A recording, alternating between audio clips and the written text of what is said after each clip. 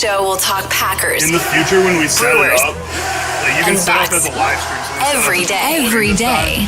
It's Wisconsin Sports Daily with Steve Sparky Fifer, served up by Wendy's on 1250 AM and 105.7 FM The Fan. Download the Wendy's app today.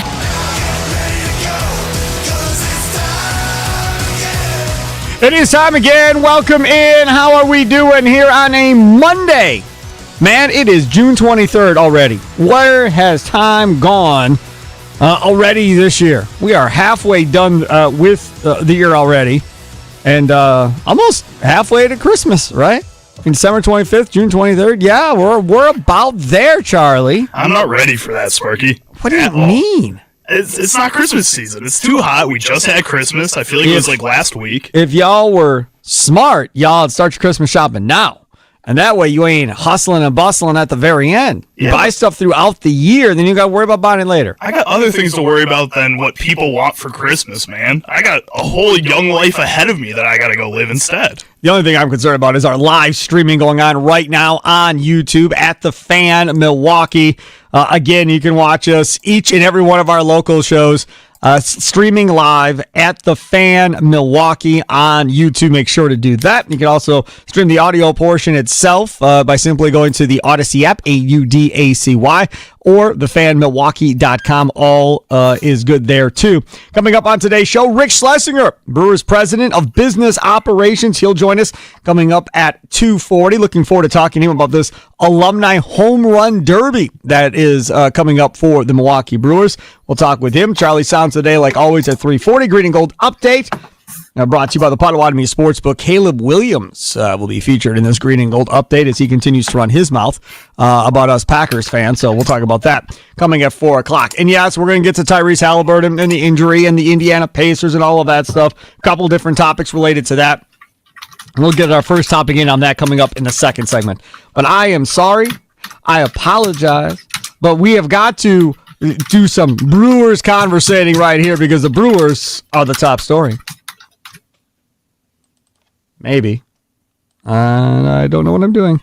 What is it? I don't know. I just had something on my screen I've never seen before in my life. All right, here we go. And Terang skies one to right. Plenty deep. Way back. Goodbye. 3-run home run for Bryce Terang.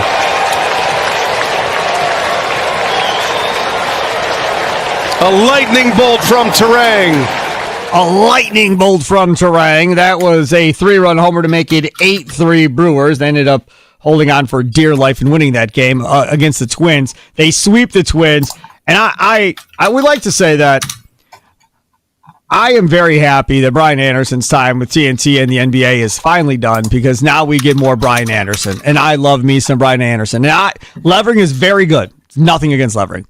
But, you know, Brian Anderson is kind of like that warm, soft, cuddly blanket when you want to take a nap on the couch. You got to have that blanket to cover up with or whatever the case may be. He's that guy now. Like Euchre was that guy on the radio for a long time. I feel like BA is kind of that guy when he gets behind the microphone. You're like, all right, here we go. Brewers baseball. Let's go. Do you feel more like that because Euchre's no longer there? Because you're not hearing Euchre more? Does it feel a little bit more homey because Brian Anderson's the next one up there? Could be. You know, and Rock is still doing games too, but he's not doing as many games, right? So we're getting a lot of Dillard. That's our guy. Thursdays at 3:20 here on The Fan. Love Tim Dillard. Then obviously we got our guy Vinny Rottino. He was on last week talking about the whole water bag on the back of Mizorowski, which they did a very nice job showing Mizorowski with his sloshing water bag on his shoulders and stuff during the game the other day on FanDuel Sports Network. Him and Brian Anderson were talking about it. Him and Tim Dillard. It was really good. And then they showed Bader, now the former Cardinal outfielder with the Twins, had a water bat. I've never seen a water bat. So instead of swinging a bat like, one of those weighted donuts on it to make it heavier, he's got a bat and it's like see-through the barrel and it's got water in it, and he uses that as his pre-at-bat swings. Never seen that before. That was the first time I've seen it too, but I kind of get the idea. You can kind of see the momentum of his swing. I think when you're watching back through that, or at least watching your own swing, you can see how the water's moving. You think you can see how you're uppercutting or downcutting on a ball or something like that. I bet it helps a lot. Yeah, again, just learning all kinds of stuff like we always do watching Brewers baseball. Get all those highlights that we'll play here. It's courtesy of FanDuel Sports Network. Can we talk about Mizorowski for a quick second here? Sure, go for it. When we left Friday, we were like, well, he's not going to throw 5 to 8 innings again, right? I mean, he's not going to do that again. And I think my prediction was 5 innings, 2 runs, something like that. I think, Charlie, what was your 6 innings, 3 runs? Yeah, about that. Something like that. And maybe Tommy's was similar. So a quality start. I don't think anybody saw him going 6 no-hit innings. And to say what you want, I think it screwed him up. Having a 25-minute break where you're sitting down. And while your team is scoring and pretty much locking up a victory for you, that's wonderful. But it probably gets you out of your groove a little bit. Then you come back and walk a guy. And then dude hits a fly ball to right that carried forever. Like, when the guy hit the ball, there's no way he thought that was going out. I was rewatching it last night. Or was it the night before? No, it was last night. I was rewatching the game last night because I was driving during the Mizorowski thing down to Peoria, Illinois when this all was going on. And I heard the call, and I was like, okay, well, I'm shutting it off now, right? Because the kid wanted to watch something on the little movie screen in the minivan or whatever. I was like, fine, done. Brewers are going to win. It's over. So I turned it off. But I had not seen it. So I watched it. It really looked like a fly ball that just kept carrying and carrying and carrying. And ended up, I don't know if it ended up in the flowers above that wall or where it ended up, but it was not that far into the seats in right field. By any stretch of the imagination. Not even close. I was in the same boat as you. It didn't feel like it was getting there. But also, with all this heat around the Midwest, I feel like a lot of long balls we've seen recently have felt like that. Rhys Hoskins had one the other day that was almost the same exact way. It just felt like it was floating, and then just went over the left field wall. Yep, exactly correct. Yeah, and we're talking about this Brewers team sweeping the Twins. Has your opinion of the Brewers changed for just how good this team actually can be? Because there were a lot of people going, they're not catching the Cubs. It's just not happening. Probably going to get in through the wild card one way or the other. There were a lot of you mad at Pat Murphy. I've had my issues with lineups and so forth throughout the year, obviously. But now as we sit right here, right now today, Monday, Brewers have a 3-game set against the Pirates. Tommy Wirtz will be here with the leadoff show, powered by the Potawatomi Sportsbook, coming up later this evening. 5 o'clock to 6:30, 90-minute special with Tommy Wirtz today. Wednesday's Mizorowski versus Skeens. Oh, buddy. Oh, man, that's going to be awesome on Wednesday. I can't wait. So that game's on Wednesday. Meanwhile, the Cubs, they got the Cardinals for 4. And the Cardinals are like the Brewers. They're knocking on the door of the Cubs in first place right now. So the Cardinals, one would think, would be motivated coming into this series against the Chicago Cubs, knowing they can make some hay here. Now, if they split, no harm, no foul. But if they go 3-1, that's a two-game improvement. And the Brewers have themselves in a fairly good position, too. I mean, the Cubs, they're still going to be in first place by the All-Star break, right? I mean, they're not going to give this up before the All-Star break, are they? I don't think so. I mean, they got Imanaga coming back this week. They got him coming back. They have some of the best bats starting to get hot again. Say Suzuki had 2 home runs the other day again for that team. I mean, they're starting to get going. You see what's real for the Cubs now and what's fake for the Cubs. Their bullpen is still starting to implode a little bit. They had a little bit of a hot stretch, and over the past week or so, they've come back down to earth. I think this is the Chicago Cubs that you can expect moving forward, which also means I don't foresee them giving up that lead by the All-Star break. See, and that's the other part about this, too, for me at least, when we start talking about how you go about looking at this if you're the Milwaukee Brewers. And it sounds stupid, but it's just one game at a time. Keep everything in front of you. Don't worry too much about scoreboard, watching the standings and all that other stuff. Just keep beating the teams you're supposed to beat. The Pirates are a team you should take 2 out of 3 from, if we're being honest, in this 3-game set at American Family Field. But also, this Milwaukee Brewers team has, at points this season, struggled to win games that they should win or win series that they should win. They tend to play up to their opponents, take out the Phillies. The Twins were a hotter team at the beginning of the year. Yeah, they're struggling right now, but that's still a very good offensive team that you're going up against. I mean, that's not an easy thing to do, to beat them down the way you did. Now you have to go up against a bad team and do the same thing. Correct. You can't be in the same boat that you've been in all season. Absolutely right. Don't play down to the level of your competition. I think that's the best way to do it. Speaking of playing down or falling down. Last outing. Oh, he tied him up. Scissor piece. pitching ninja. Fire it up. Oh, man. Back-to-back strikeouts, a 3-up, 3-down inning. Willie Castro went viral. He went viral for turning himself into the ground on a swing and a miss from a pitch of Jacob Mizorowski, a slider that was insane. And it's funny because when you see it actually happen, and Castro is like a little child sitting on the ground, acting like somebody took away his favorite toy. Like he takes off his gloves and just spikes him into the ground, looking out at him like, can't believe you took away my toy, Dad. That's not fair, Dad. That's exactly what he looked like because he knew, he got embarrassed, and he knew that dang thing was going to go viral quickly.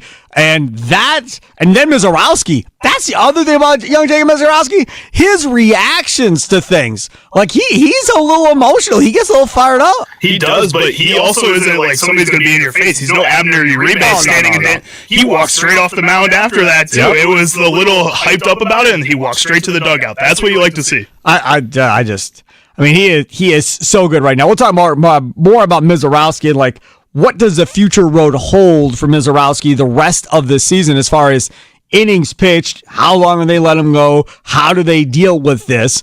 Because when we talked about this, was it Friday? We talked about, top three guys right now for a playoff rotation for the Brewers. Who was it? You or Tommy? Somebody said Mizorowski. I did, yeah. In the top three. I was like, there's no chance. There's no way he's going to be able to pitch at that point based on innings pitched. So we looked at it before the show today. So we'll get more into that coming up at 3:20. I don't think my opinion necessarily has changed all that much, but I do think my opinion can change somewhat here depending on what they do at the deadline as far as adding a bat or two at the deadline. Yes, they scored some runs. Yes, this starting pitching continues to do well. Priester gave up some runs. Priester didn't get through 4 innings, right? And they were still able to outscore the other team and win. To me, that's a game where you circle and go, be very thankful. Because your starting pitching didn't hold up. Normally your offense is a struggle. Your offense not only didn't struggle, got you a big enough lead. So even though the bullpen, like DL Hall and those guys, couldn't hold it down, and McGill, ninth inning, even with all that happening, it was still able to come away with a victory and get a sweep in Minnesota. That's what gives me hope that this could be even better than what we all thought in all of this, is if this offense starts picking up this pitching when they have bad days and can outscore the other team, that makes up for games earlier this season where the pitching deserved wins and didn't get them. I think the one thing I'm worried about, and we talked about this last week too with this Milwaukee Brewers team, is that they are so good at hitting for contact. And you saw that in this series. They have 2 home runs over the course of these 3 games with Rhys Hoskins and the Bryce Trang one that you played earlier. Both of those happened in the 3rd game of the series. The first 2 games of the series where they scored 17 and 9 runs respectively, no home runs in either of those games. That's going to be really hard to keep up for the rest of the season. So because of that, I don't know if my expectations have changed all that much. I think I'm a little bit more excited for the ceiling of this team if they can continue to reach that ceiling. But when we compare them to a team like the Chicago Cubs, who they don't have that same kind of contact, but hitting home runs, I think is a little bit more obtainable than it is keeping up this type of contact. We've seen a lot of teams in recent years have 4 or 5 guys go over 20 home runs. I think that's something that's easier to do than have 4 or 5 guys hit over 275 at this point. Okay, fine. So let's talk about that for a second, right? So coming into the year, this is what I thought. You tell me where I'm wrong. I thought Yelich was going to hit 20 plus, right? And he's on pace to hit 30. So I thought he'd hit 20 plus. I thought Churio would hit 20 plus. I thought Hoskins would hit 20 plus. I thought Contreras could hit around 20. I don't know if it would be 20 plus, but I thought he could hit around 20, somewhere in that area. So those are 4 guys. The 5th guy that I thought had a chance at hitting 20 is Garrett Mitchell, who, in case you missed it over the weekend listening to Tommy Wirtz on the leadoff show, got hurt again. He gets on his rehab assignment, he gets to Nashville, hurts the same shoulder that he hurt before sliding back into a base. I think it was second base. I feel bad for him. I do. Like this is the type of stuff where you just like Greg Oden, remember the basketball player? Man could not stay healthy. Man was hurt every year. Something else went wrong and he got hurt. You can train so much, you can do everything. Sometimes you're just jinxed or whatever the case may be, and you can't stay on the field. That's what it's been right now for Garrett Mitchell. You can't trade Garrett Mitchell. He can't put together a season. So you can't even think about trading Garrett Mitchell. But that's 20 plus home runs or somewhere in that area that he might have been able to get you that you don't have. And you replaced him with who? small dude in Collins, small dude in Frelick. Perkins hasn't played all year, but he's not going to hit 20 home runs, even if and when he ever comes back. So you're not going to get 20 home runs there. So that's, to me, where the struggle is. Then third base, you decided, no, we're good. We're not going to do anything. Caleb Durbin's not hitting 20. Terang and Joey Ortiz. I thought Ortiz maybe had outside shot at 20, but that doesn't look like that's happening.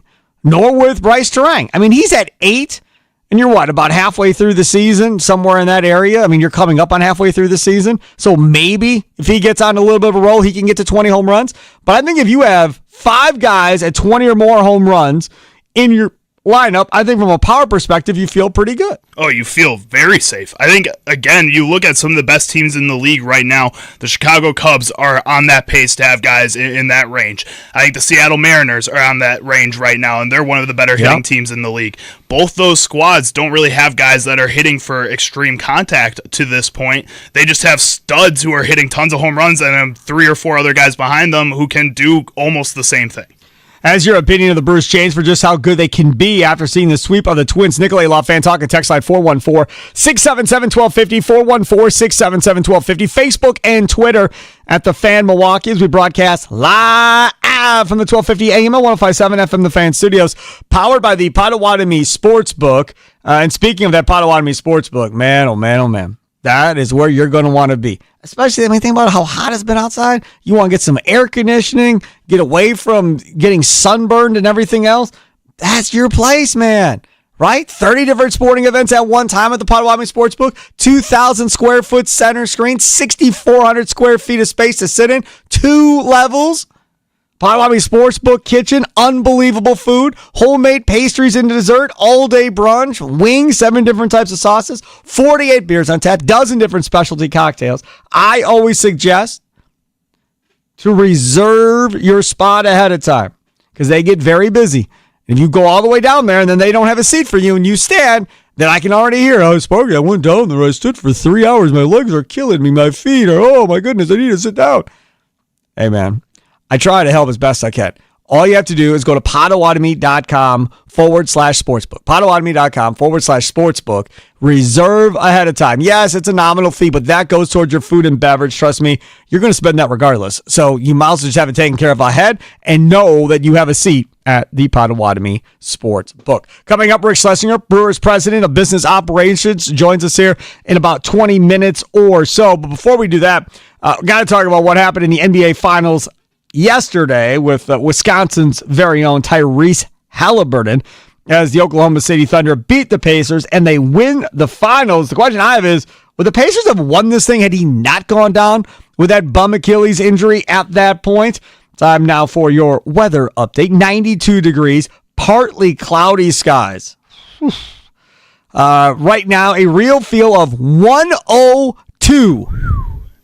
Over the weekend, it was like 104, 105. I was outside Saturday for a graduation party, and then Sunday to clean up the graduation party was not fun to do the cleanup. Can't imagine it would have been, no. Tonight, low of 70 degrees. Tomorrow, rain, and more rain. Pretty much for the next 2 days. High of 81 degrees.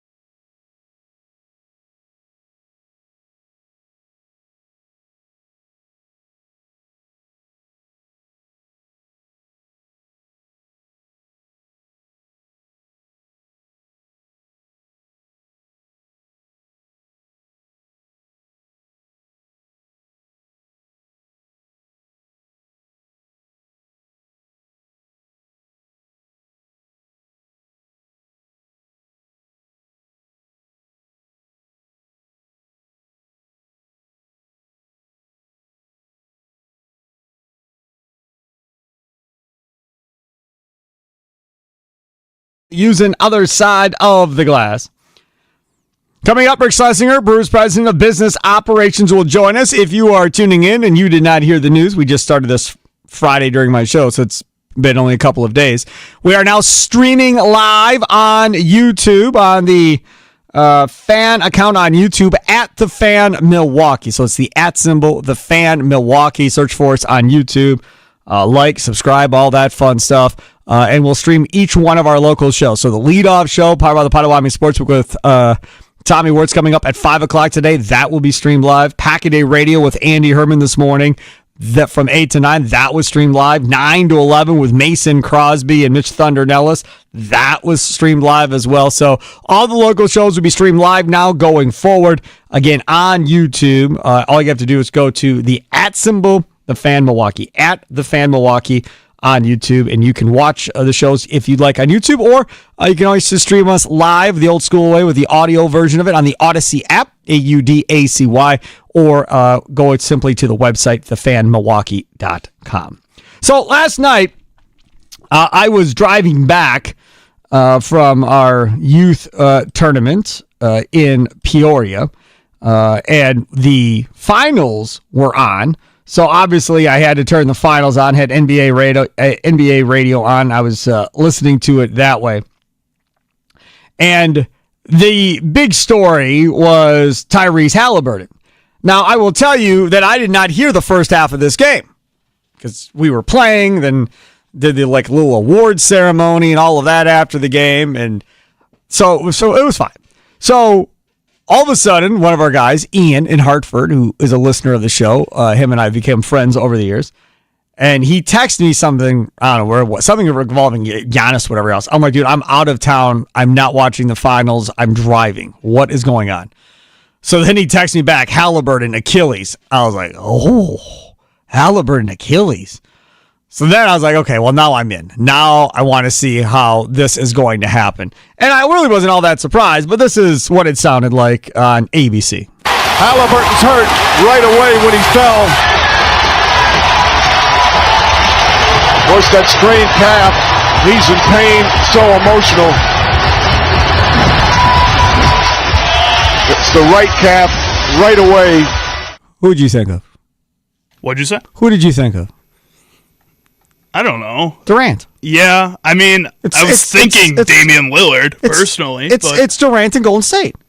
I mean, it's the same thing. He was trying to play through it, and then he popped it. And the same thing happened here with Halliburton. He was trying to play through it, and then he popped it. It's the same damn thing. Now, Lillard is a little bit different because you had the blood clotting and all of that. So I don't know how that plays into the Achilles or all that nonsense that went in between point A to point C. But this was supposed to be an ankle sprain. When Kevin Durant came back, it was a partially torn Achilles that he was playing on. And he played through it and then got hurt. Exactly. That's why I compare this a little more to Damian Lillard, because it was a semi-related injury that turned into more. I don't like Kevin Durant. Like, this was, you saw that coming with Kevin Durant. This Tyrese Halliburton is a little bit more surprising in my mind that it went down that way. When I was told he went down, and then when I eventually got to see the video, I was like, "Yep, that looks like an Achilles, a torn Achilles to me." And that's the thing. And remember, Emmanuel Acho last week, remember, was all over him. You're being selfish. You shouldn't be playing. Blah blah blah. And I was like, man, you need to stop, man. Like, this might be the only time this guy gets to the finals. You're not going to tell somebody to stop playing. He's the guy that stirs the drink on that team. He's the reason they are where they are. All these crazy game-winning shots, and now you're telling me you don't want this guy to play because he's being selfish? I mean, unless you have money on the Thunder, I don't understand how a grown professional athlete can tell another grown professional athlete not to try to play in a Super Bowl, or not to try to play in a World Series, or not to try to play in the NBA Finals, or Stanley Cup. I mean, I didn't understand it then. I don't understand it now. Now, Acho very well might, I don't know what he said today, but Acho very well might be like, I told you so. Maybe he did. But either way, if I'm a Pacers fan, it stinks because now he's out next year. I understand it hurts. But as you saw in the second half, y'all were going to get swept without him. Y'all were going to be swept right out of this thing without Tyrese Halliburton. The question is this. Thunder win the NBA Finals. They're champs. Good for them.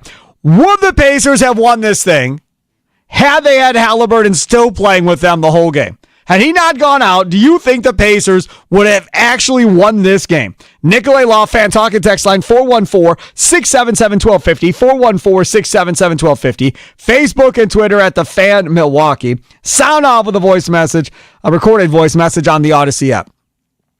So we're driving back, and I find out about the Halliburton thing, and I turn on NBA radio, and I hear them talking about it at halftime, blah, blah, blah. And I stop in to this gas station where I had stopped in a couple of other times over the last 3 days. I went back and forth to Peoria once on Friday, went back down to Peoria on Saturday, and then came back from Peoria on Sunday. So numerous trips. And for whatever the reason, I kept getting off at the same city exit and the same gas station. It's like a Casey's down in like central Illinois. I kept getting off. And for whatever the reason, the same guy working, kid, 20s, whatever, working, every time I got up, he was the guy that was there working. So when I came walking into this gas station, his eyes lit up because he knew that I was a sports fan. So right away, he knew we were going to talk. So he's like, hey, man, did you hear about Halliburton? And I said, yeah. He's like, what do you think? I'm like, I hate Tyrese Halliburton as a Bucks fan. I'm like, so I'm better off just not saying anything.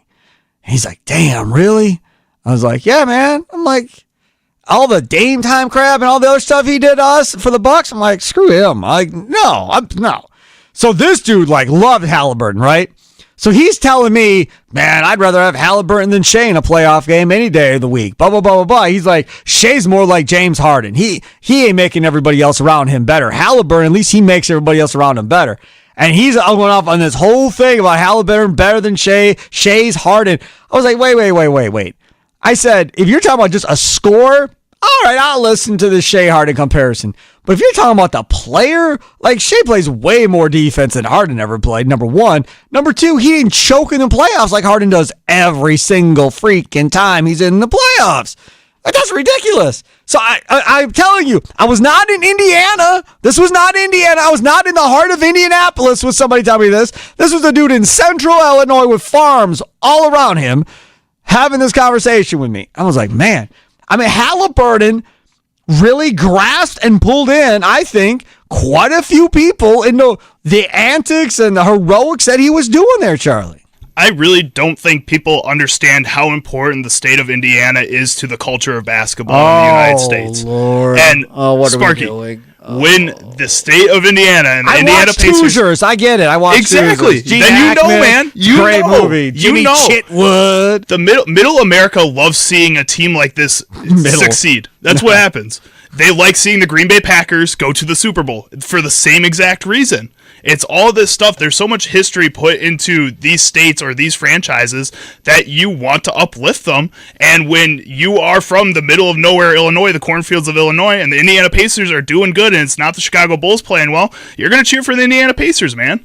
That's probably true. I think what you said is true. I don't necessarily have a problem with what you said. Let's see where we going here. Let's go to you have a board as well. Asking if the Pacers have won this game. They had Halliburton not get hurt there. Nikolay Law, fan talking text line 414-677-1250. Facebook and Twitter at The Fan Milwaukee. Also, you can chat with us, leave comments on YouTube as well. I always forget to say that, but we just started this on Friday. Give me a break. All you have to do is leave a comment there, and I'll read them. Like that knucklehead Q on Friday was leaving us comments that made no sense. I was having to go back and forth with him on the air. But either way, you can leave comments as well. In the chat room right there on YouTube, and I can read those on the air as well. At The Fan Milwaukee. Again, at the @ symbol, The Fan Milwaukee on YouTube. Corey, Southside, you're next on the Nikolay Law fan talking text line here on Wisconsin Sports Daily, served up by Wendy's. What's up, Corey? How you doing, Sparky? Thanks for taking the call. You bet. I'm going to start off by saying I got you guys on YouTube and everything. I subscribe. Nice. Subscribe to the channel on YouTube. But seeing your reactions when you guys are talking, because there's a little bit of delay, it's kind of funny. You know what I mean? Yeah. But I want to congratulate the Oklahoma City Thunder on winning the championship. And for this question, Sparky, I hate to be a party pooper, bro, but who cares if he would have played or not? Because how many times are we going to do this to a championship team? Like, oh, if this happened, if that happened, you know, what would have been the outcome? That wasn't. No. Hold on. Okay. Let me clarify. First of all, I'm not trying to slam the Thunder for winning the championship. My angle on this, because every sports talk show host normally has an angle on why he's doing a question. My angle on this is just isolating and emphasizing just how important he was for that basketball team. And that if they did not have him, they were never going to be in that series in the beginning. If Halliburton wasn't playing in the finals, they would have got swept. It would have been over. If Halliburton wasn't playing in the playoffs, I don't think they get out of the first round. Right, and honestly, at the same time, Sparky, I think a little bit of luck went on that. You look at their entire run into the finals. There's a lot of luck going on there. I mean, Lillard went down with his Achilles tear. Stop! Time out! Corey, you can't do that! Corey, you can't do that! Why? You came on the show and came at me and said, come on, man, we can't take it away from the Thunder because Halliburton got hurt. And then in the same call, you can't come back at me and go, well, they got lucky because right. Lillard got hurt. All right, you're right. Well, let me go back to a couple weeks ago when the finals first started, Sparky. I told you this because you had the destiny question, and this is Indiana's destiny, man. They're going to get as far as they can get without winning a title, man. Like, if you're an Indiana Pacers fan, brace for impact when the postseason comes around because eventually it's going to come down. Now, do I think Oklahoma City still wins that game? I think it would be a lot closer at the end than what it was. I mean, Indiana did make a little bit of run towards the end of the third quarter and the beginning of the fourth quarter, but, I mean, I still think Oklahoma City wins that game because defensively they were really, really good yesterday defensively, and that's just a testament of how well they play at home. So, but all right, good stuff. Take care. I told you, Charlie, that this was Cinderella. Guess what? It turned back into a pumpkin. That's not the same thing. That carriage, they went back into a pumpkin, and it was over. Halliburton got hurt. They went right back into a pumpkin. Now we're back to where we were, lonely and broke. And that is exactly what it was in the second half, lonely and broke. I will continue to defend my definition of a Cinderella.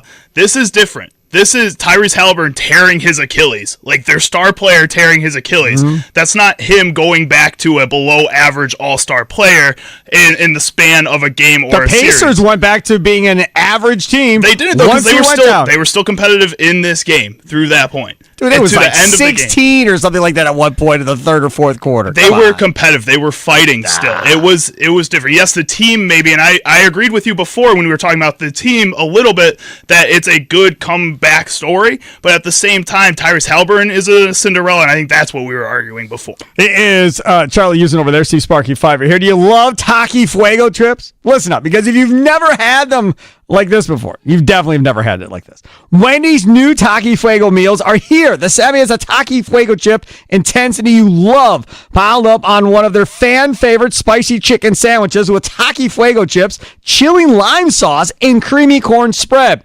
The small Fuego fries get tossed in an intense chili lime seasoning. It's almost like this meal couldn't take any more Taki Fuego chip intensity. But wait, there's more. An extra 1-ounce bag of Taki Fuego chips on the side comes with it. Well, while supplies last, you can grab this Taki Fuego meal at midnight or later. Limited time only at participating U.S. Wendy's. How cool is that? Coming up next, he's the president of business operations for your Milwaukee Brewers. We are going to talk about this alumni home run derby that they're coming up on July 25th. I got questions. I've got a couple of issues. We talked about it on Friday. I need to point them out to Rick Schlesinger and see what he says. I also have things to talk about because my kid graduated from Oak Creek High School, and it was there at American Family Field on Saturday. So I got stuff to talk about that too. I got lots of stuff to talk about with Rick Schlesinger coming up next. Make sure to like, subscribe, get on board with us on YouTube at The Fan Milwaukee. If you can't do it there, always stream us live on the Odyssey app, AUDACY. It's Wisconsin Sports Daily, served up by Wendy's, live from the 1250 AM at 105.7 FM The Fan Studios, powered by the Potawatomi Sportsbook. Sparky here.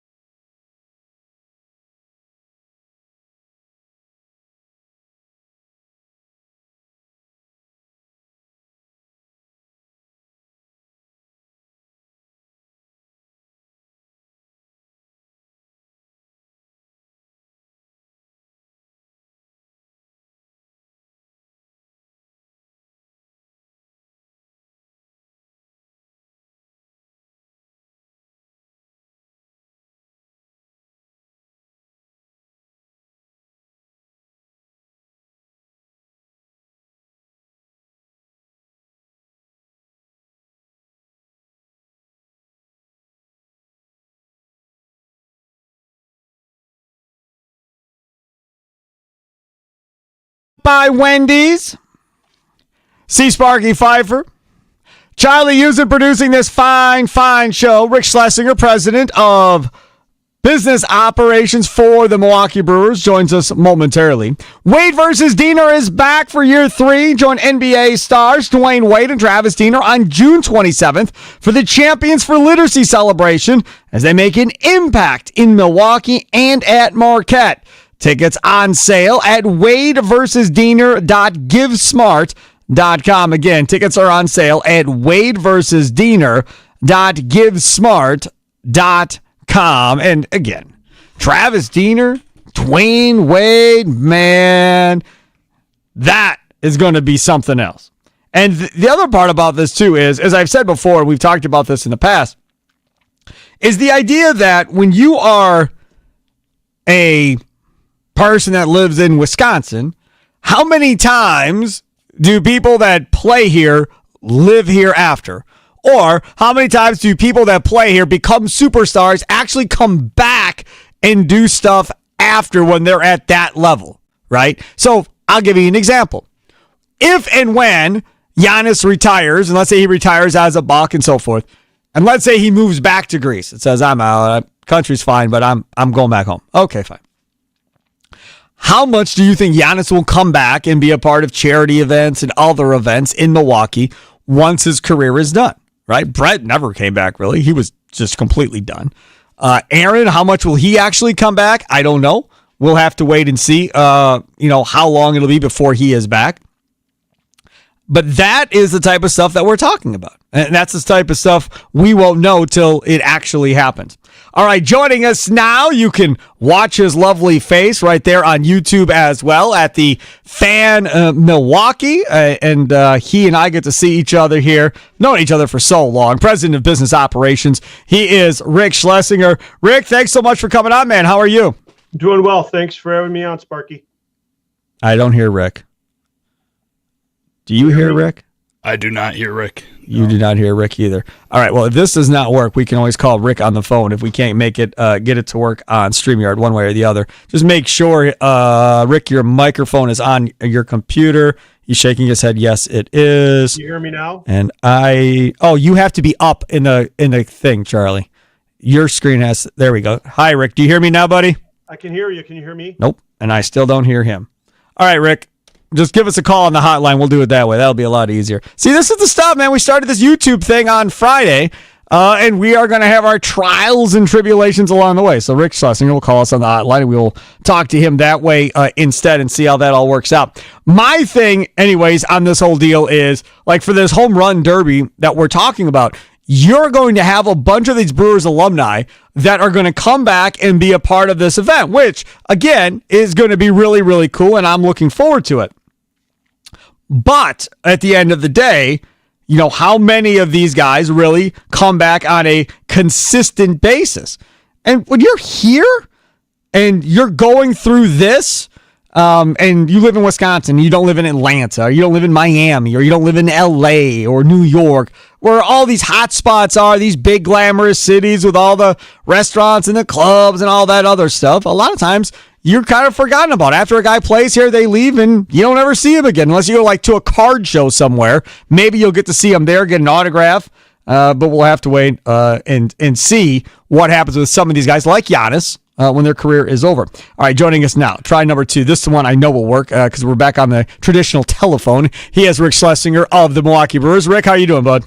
I'm doing great. Thanks for having me on. You looked really good. You looked really good. You did. Sorry, I'm not there. Unfortunately, it didn't work out, but we'll try this again in the future. All right, so I want to get you on to talk about this alumni home run derby coming up on July 25th. First thing I want to know is whose idea was it? Where did we start with this? Our marketing and media relations folks came up with this idea, and we just thought it was fantastic. And my first reaction was, can we get the alumni players, to be interested? And the response has been overwhelming. So we have so many players coming in for the July 25 celebration of 25 years of the ballpark, and then a lot of the alums are looking forward to hitting home runs after the game in a sort of a home run derby. So I know it's going to be a lot of fun for the fans. Have you had questions about why certain guys aren't in it, like Zach Greinke for one?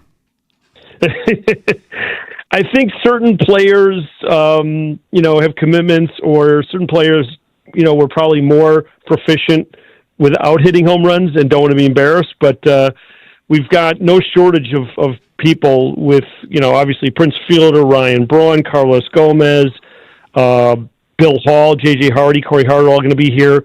Still figuring out who's going to actually participate. But Niger Morgan. We'll have a little draft. Niger Morgan, Mark Loretta, Eric Thames, Mike Moustakas, Eric Thames, all those great guys from the last 25 years. So no shortage of players. I love you, Rick, but Danny Kolb? I mean, Danny Kolb? What? Why? Danny Kolb had some good years as our closer. No. I'm not talking about that. This is a home run derby. I'm not asking him to close a baseball game for me. I want to see the ball go. That's what I'm saying. Oh, not all these players are going to be in the home run derby. Oh, that's what I thought. These were all in. These are players who are going to be at the 25 years of celebration, and only certain selected players that are drafted will be in the home run derby. When we were talking about this on Friday, I was like, man, why do we got pitchers in the home run derby for? I'm sure some of them can hit, like maybe. But that's why I was like, I want Greinke. I want to see Greinke get in the home run derby and see what this looks like. Okay, we're gonna have legitimate hitters only in the home run derby. Okay, so now let's take it to another degree. So if this goes well, do we forecast maybe an alumni baseball game at some point? I'm open to it. I think the fans would love it. Yes. And given the reaction from our Brewer player alums to coming back, they always want to come back to the ballpark. So we absolutely could have in the future an actual alumni game. And I know that the players would love it, and the fans would love it. And, maybe there's a charitable angle, raise some money for a good cause around the state. So, yeah, I'm open to it for sure. Okay, now, the other part of what I wanted to talk about, which you've now blown up in my face, is I was looking at all of these different guys, and I was like, man, you could have like two teams, right, of home run derby hitting teams, and then have a winner of whatever team hits the most home runs, at which point right now you've got Cedar and George Kataris as a pitching and catching duo. But I was like, man, you could have Dillard and you could have Vinny Rottino as the other team's pitching and catcher and work in the TV eyes, or have Rock out there throwing BP or something. We could. I think. I don't know if Rock's knees are up for it. He might balk at that, but we absolutely could have. Some. Our TV guys participate, and they'll be there, and they'll definitely be part of the experience. We'll try to figure out how to integrate them into the home run derby, though. Then what happened with all these prices? Are these like the prices that were back in the day? Because I don't remember prices ever being this cheap, if I'm being honest. Draft beers for $2.50 until first pitch. Yeah, I don't think they were this low back in when the ballpark opened, but it made sense because 25 years and a natural, number of 25. So we thought we'd have some fun with brats for $2.50 till first pitch, $2.50 draft beers, 25% off items, certain items at the team store. So yeah, just anything with 25 made a lot of sense. Talking with Rick Schlesinger, president of business operations for your Milwaukee Brewers, joins us here on Wisconsin Sports Daily, served up by Wendy's. Steve Sparky Fifer with you. So this is going to happen after the game against the Marlins, but that game is at a very weird time, a 3:10 Friday start. Yeah, we decided to take a little chance at sort of like, the business person special, the old days when you had an afternoon game on Friday. Yep. And given that, a lot of people do work from home on Friday or are able in the summer to take Friday off for a half day, we thought it'd be perfect to have them come out and join us for sort of a mid-afternoon game. How does that work over there for you all? Do you have all your people still coming in, or are you allowing most of them to work at home and you see them like once a month? Oh, no, everybody works full-time here because, we're in the entertainment business, and 81 games a year in the regular season, we have to put on, entertainment, and so everybody is here. So we're full-time in the office. I am a huge fan of everybody being in the office. It just helps morale. It helps camaraderie, chemistry, all that fun stuff. If you want to get tickets to any one of these Brewers home games, including this, July 25th. Now, it's not a separate ticket, right? If you go to that game, you just simply stay in the stands and watch after. My question is, if people are getting off work at 5:30, don't have tickets to the game, they just want to come watch a home run derby, can they still get in or no? They have to buy a ticket. So it's anybody, like you said, anybody who buys a ticket to the game can stay for the game, stay for the post-game home run derby. But if somebody's getting off of work and want to come to the home run derby part, they still have to buy a ticket for the game. Perfect. What about autographs? Are any of these guys going to be doing autographs? Yeah, we're looking to talk about what we're going to do, but we definitely want to have fan interactions with these players and looking to do autograph areas for a number of these players during the course of the game. More details to follow, but we will absolutely have autograph sessions. He is Rick Schlesinger, Brewers president of business operations. How has business been this year, Rick? I mean, coming off a sweep against the Twins, you've got Mizorowski, the young stud, against Skeens on Wednesday. That you couldn't have asked for a better pitching matchup there. I would assume business has got to be picking up here. Yeah, we may even sell out the game on Wednesday, which is fantastic for a day game on Wednesday. And yeah, tickets are going very well, and business is very strong. And it helps that the players are playing great. It helps that we have this marquee matchup of two of the best young pitchers in baseball. But, every game matters. And, we swept the Twins. We caught them, I think, at the right time because they're scuffed a little bit. We can't let our foot off the accelerator. We've got 6 games against teams that are sort of in last place. But you know what? They've caused us problems in the past, and we just got to continue with the intensity and keep beating these guys. I'll say this, and I don't know how much you all think about this one way or the other, but I guess I kind of do, having lived here forever, is anytime you've got a manager or a coach, depending on the sport that you're in, out in the community and being a part of the community, I think that also helps too. I mean, Pat Murphy is constantly out in the community. Kids play baseball and youth baseball in the area and stuff. You see him at games, all of that. I think that just helps the fan want to root for the guy, root for the team, all of that stuff. Counsell, obviously, the trader. He grew up, lived here, so everybody rooted for him while he was here. I don't know why people still do now, but that's another story. But, I mean, from that perspective, that has to help too, man, having somebody that's, is a part of the fabric of the community. Yeah, I mean, it's sort of interesting. We lost Counsell, who was part of this community for a long time, and then Pat Murphy, who certainly is not a native Milwaukee, but he's so relatable. He loves the community. He's a very good manager and a very good person. So he really cares about people. He likes kids. He likes to be involved, and he's always asking me, what can I do more to be in the community? What can I do more to help the team? And I keep saying, Murph, just keep managing the way you're managing, and that's the best help you can give us. But he really cares about people, cares about the town, the state, and it shows. I mean, it's genuine, it's authentic, and as I said, he's very relatable to the average Joe in town. There he is, Rick Schlesinger, president of business operations for the Milwaukee Brewers. Anything else you want to promote on the way out outside of the home run derby that I may have missed? Well, I'd be remiss if I didn't talk about the Nelly post-game concert this Friday after our game. We gave tickets away to that a couple weeks ago. And we've got, speaking of Pat Murphy, we've got his bobblehead for the first 25,000 fans on this Saturday. So a lot of good, fun things to do this weekend. Obviously, Summerfest is here, but we're here, and there's plenty of entertainment for everybody. Who chooses Nelly as the post-game concert? Was that you? Was that your call? I'm not exactly the biggest Nelly fan, but he's generationally a little bit, I'm a little too old for Nelly, but yeah. I know that a lot of our people here, age 20 to 50, think he's fantastic, and he's done this at other ballparks and put on a great show, and he's a very talented guy, so we're very fortunate we fit within his schedule. You a Summerfest guy? I do like Summerfest. I have not gone in a few years just because conflicts with the baseball schedule, but big fan of Summerfest. You are. So what type of music is your type of music? Who do you like?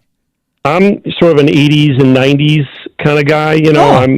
I like sort of the traditional bands, the Eagles and groups like that. I saw the Eagles at Summerfest a few years ago. It was one of the best concerts I've ever attended. So did you go to Def Leppard the other night? I did not. Do you like Def Leppard? Yes. I mean, he's certainly a good group. You didn't sell that enough. No, I don't believe you. No, you didn't sell that enough. No. There's a little hard rock for me. I'm more of an Eagles and sort of, mainstream kind of music guy. All right. No, that's fine. Rick Schlesinger. See, we learned something about Rick Schlesinger, president of business operations for the Brewers. Rick, thanks so much, man. Looking forward to it. Thanks for having me on. Take care. There he is, Rick Schlesinger, joining us here on Wisconsin Sports Daily, served up by Wendy's, live from the 1250 AM and 105.7 FM, the Fan Studios, powered by the Potawatomi Sportsbook. I'm not quite sure why that didn't work. Tommy Wirtz went and checked. He's like, he definitely heard you and you were coming through and so was he. But for whatever the reason was, we couldn't get it to come through the radio. So that is another issue take a look at it. we'll figure out. But apparently through StreamYard itself, Tommy Ward said it worked fine. That's good news. So we came through. So half good news, I guess. Right. He heard us, but we just couldn't hear him. We'll figure it out. Whatever. All right, coming up, 3 o'clock hour. Charlie Sounds of the Day coming up at 3:40. Bucks fans, do we have good news? Do we have good news? Because Tatum's out. Halliburton's out. Lillard being out's not good news. But those three are out for next season. How does this change how you look at next season for the Bucks now? Because now you have Cleveland's healthy. The Knicks still don't have a coach. And then what? Who is it after those two? Who's three? I mean, the goal, according to that report on ESPN, was for the Bucks to be top 6. But could the new goal be top 4? Now with the injuries, even though you don't have Lillard, you still have Giannis. The Celtics are going to have Brown. Okay, fine. But according to reports, Holiday's on the block. Porzingis is on the block. They're going to blow up. Who's Indiana's best player? Siakam? I'll take Giannis over Siakam. So Detroit's got Cunningham, right? Do they take a major step next year maybe? I don't know. But I think the Halliburton injury, to go along with everything else going on in the East, I mean, this thing was open before. Now it's wide freaking open at this point. We'll talk more about that coming up next. It's Wisconsin Sports Daily, served up by Wendy's, live from the Fan Studios, powered by the Potawatomi Sportsbook. Sparky here.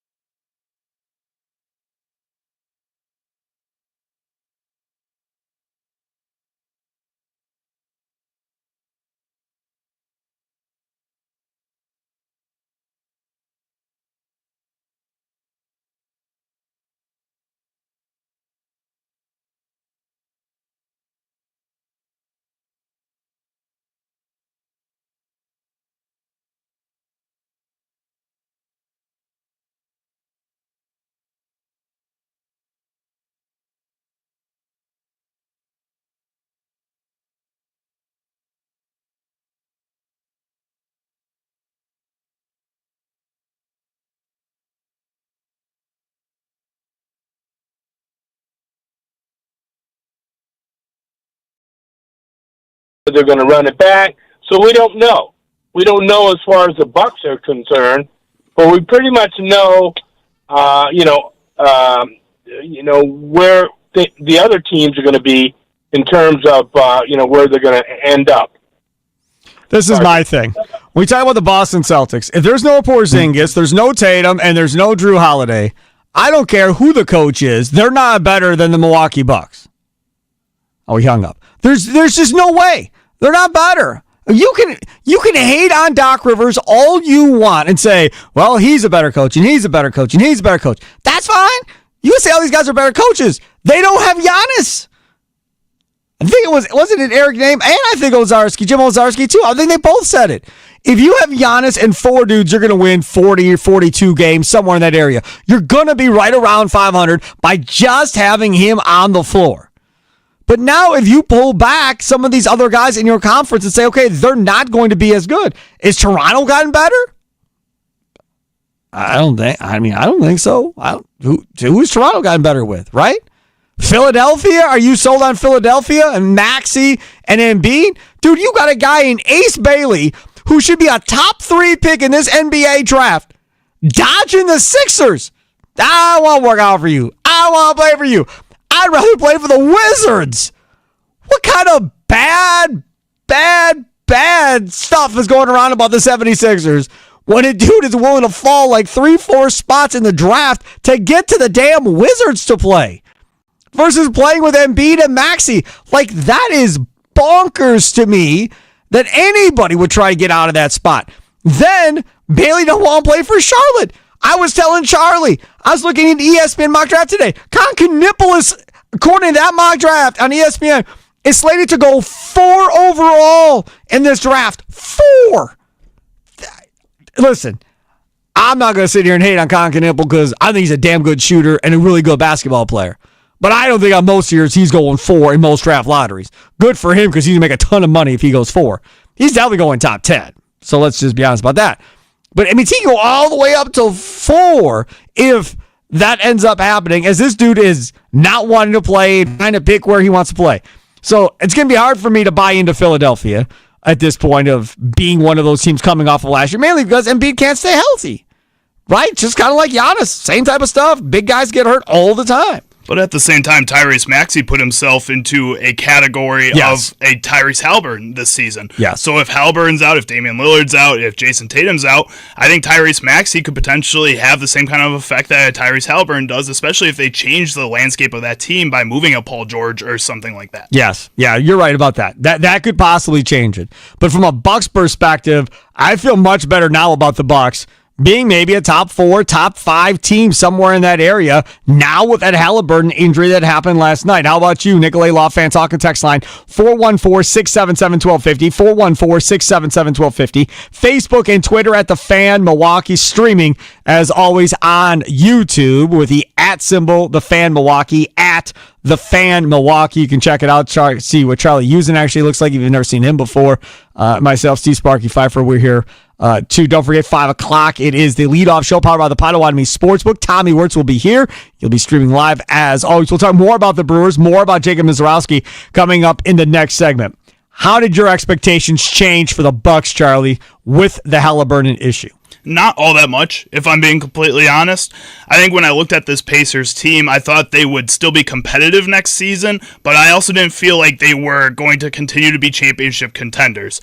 I felt like this is a team that made a name for themselves and then put themselves into that Bucks range of teams where you can constantly expect them to be a top 5 seed moving forward for the next 5 years or so. Without Tyrese Halliburton, yes, that changes a little bit, but the Orlando Magic got pretty dang good with that trade with Desmond Bane. I think he's the perfect player to fit in with that team. Paolo Banchero, I talked about Tyrese Maxey, probably put his name into that same list of players if he didn't get hurt partway through the season last year. But before and after he got hurt, he was phenomenal. One of the best players in the league, offensive players in the league. I think that all you do is take the Pacers out of that spot and move the Orlando Magic up into that spot. I don't think the Bucks, unless they make some kind of big change this offseason, move very much from where they are right now in my expectations. It's interesting because, again, we saw that rumor on Bleacher Report, not a rumor, proposed trade, 3-team trade that somebody suggested about getting Trae Young to Milwaukee. Charlie, if Trae Young got to Milwaukee with Giannis, they could win the East. I think so. Yeah, I would be pretty confident in that. Worst case, they're 2. But also now I'm thinking myself out of it because last week I talked about how Trae Young doesn't give you too much more than what Damian Lillard gave you this season. And with Damian Lillard, I didn't even feel that confident in this team then. Trae Young is more athletic than Lillard. Trae Young's also a worse defender than Lillard, and Lillard's not a good defender. That's hard to be. Worse than Trae. Exactly. Fine. But as far as being able to get out, run, do that type of stuff, be long, well, not long, he's not long, but be younger and athletic, I don't trust Trae Young because I think Trae Young is a little too wild for me. A little too, off the hip a little bit and just kind of making it up as he goes along in certain situations and wanting to be that guy. And we've never seen Trae Young play with a superstar like Giannis. He's never had to play the second role necessarily to this point. Now, how would he fit into that second role? I do not know. And I do not know if they would actually make that trade as far as a 3-team deal that we were talking about last week from the Bleacher Report. But if you got a star player somehow, some way to pair with Giannis for this season, even if it's a rental, you're going to have every opportunity to compete for the Eastern Conference. And if you don't, I still think you're right around 4 or 5 probably in the East. I think so. Because it's Cleveland, New York, and Orlando probably. Even if you have a blithering idiot as a coach in New York, if that's who you hire, they still have more talent than a lot of these teams. So those 3 are probably at the top. And then 4, 5, 6, then what are we talking about? Philadelphia, the Bucks, Detroit. Probably those other 3 are probably the other 3 as far as top 6 go. Probably I would say Detroit has a pretty good chance of taking another step, but they just kind of came out of nowhere last season. Right. Like the end of the year last year was all Pistons. I don't know how likely it is that they can continue that. They are a good team. They're a young team, but that's really high success and a really big jump to have to fill those shoes in the next season afterwards. I think I look at the Boston Celtics, and yes, they may blow it up, but their ownership and their front office continues to make right decisions for that organization. And even if they do move on from a Drew Holiday, even if they do move on from a Jaylen Brown some way, somehow, I think the players that they get back probably keep them just as competitive, maybe not just as competitive, but competitive enough to be a top 5, top 6 seed in the NBA. I wouldn't count them out that much. I wouldn't count the 76ers out if they make a good move. The problem is they don't make good moves. I think the thing that gets overlooked with Oklahoma City is Mark Daigneault's a really good coach. This is a really good coach. And I forgot who wrote it. I'm sure a bunch of people have written it. I read it one place, which is normally, right, when you go through a rebuild, what happens? You get that coach that starts the rebuild. Then when it's time to finish it, they get fired. They bring somebody else in to come in and win the championship. That's normally how it goes. And this situation here, he was there and went through the whole process with these young guys. And they're all young. And they're going to be there for a while. And oh, by the way, all the damn draft picks that they have to continue to add to this process is a scary, scary thing. We talk about dynasties in sports. The Thunder are lining up to possibly have a really, really good one going forward, depending on health, obviously. Coming up next, we'll talk about Jacob Misiorowski and the Milwaukee Brewers, because there is a big question lingering for Jacob Misiorowski, and I don't feel like anybody's talking about it yet. So I feel like we should be the first ones to talk about it because it's been on my mind since they called them up. We'll do that coming up next. Hey, if you love Wendy's classic chocolate and vanilla Frosty flavors, there's some big news. There are all new Frosty Swirls and now Frosty Fusions. It's the same creamy treat you've always loved. Now the flavor refresh. So what are these new flavors? Okay, we got the Frosty Swirl. Strawberry, brownie batter, caramel. Get extra swirl. Telling you, I just want to have myself a fusion. I got the extra brownie batter swirl. It's amazing.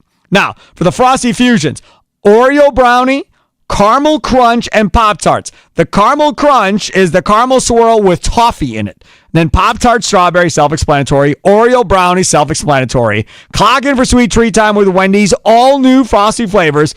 A refresh on a classic. It's got to be Wendy's. If you like chocolate, my favorite one, Oreo brownie with the chocolate Frosty base. It is heaven on earth, if I do say so myself. It's Wisconsin Sports Daily, served up by Wendy's, live from the 1250 AM at 105.7 FM, the Fan Studios, powered by the Potawatomi Sportsbook, Sparky.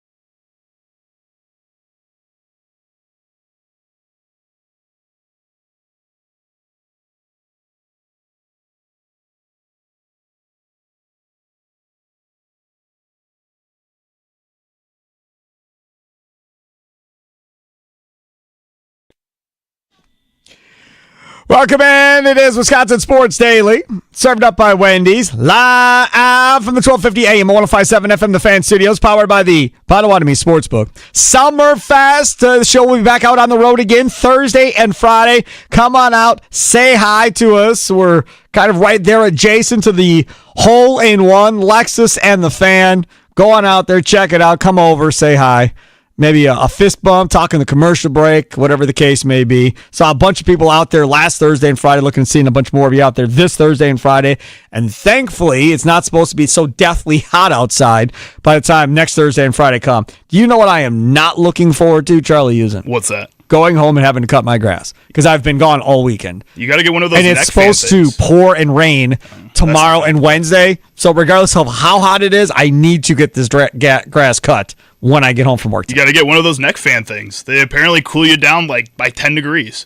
What? Yeah, it's like they look like headphones almost. I wear headphones. But you just wear them around your neck, and it's got two fans on each side, and like it's supposed to cool you up from your neck up. So what I do is when I cut the grass, I don't know if you've ever seen them because Kay hates them. But she got them for me because she knew I wanted them. She's like, you look like such a dork. I'm like, so what? They're big headphones, and they got big, like, yellow, like, headphone cans on either side. And then they got this antenna coming off the top. That's just an AM/FM radio. So I listen to the leadoff show, powered by the Potawatomi Sportsbook. Normally, I do this on Sundays. So I listen to Tommy, and then I transition, make the switch over, and listen to the Brewers game. That's my Sunday ritual. Well, I was out of town yesterday. So tonight, I'm done at 5. He starts at 5, Tommy does. Good. So I'll be home and cutting the grass by about 5:40 or so, and I'll be able to listen to Tommy's leadoff show, get ready for the Brewers game tonight as they take on the Pirates. Going to talk more about the Brewers right now as Jacob Mizorowski. I mean, come on, man. What more are you going to say? Jacob Mizorowski is doing things that we have just not seen before. Nobody has seen before. He threw 11 no-hit innings to start his career. 5 in game 1, 6 in game 2. And I still think if he didn't have to go back out there, or if he could have gone back out there, you know, instead of in 25 minutes, let's say it's 10 innings or 10 minutes, I think he would have been just fine for that 7th inning. Pitch count wise, he was fine. And the funny thing is, they asked Mizorowski, like, Pat Murphy's like, you good? He's like, I'm probably coming to the end. I want to challenge myself and go back out there.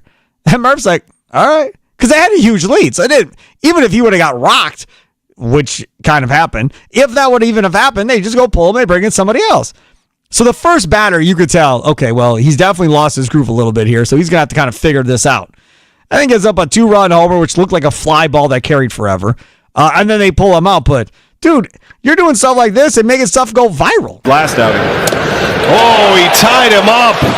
Scissor piece. Pitching ninja. Fire it up. Oh, man. Back-to-back strikeouts. A 3-3 down inning. Pitching Ninja is an account on social media, which if you do not follow, highly, highly recommended. We've had him on this show before. I am telling you that what you are watching is something that you've never seen before as a Brewers fan. There is nobody you've seen before in a Brewers uniform doing what Jacob Mizorowski is doing at this point. Do we understand what we're watching? Now, I'm not going to say he's Giannis and say, oh man, he's a Hall of Famer. He's going to lead him to a championship. No, I'm not going to say that because there are so many moving pieces in baseball. I'm not going to say that. What I will say is this. He has a chance, Charlie, to be the best starting pitcher of my lifetime that I've get to watch pitch.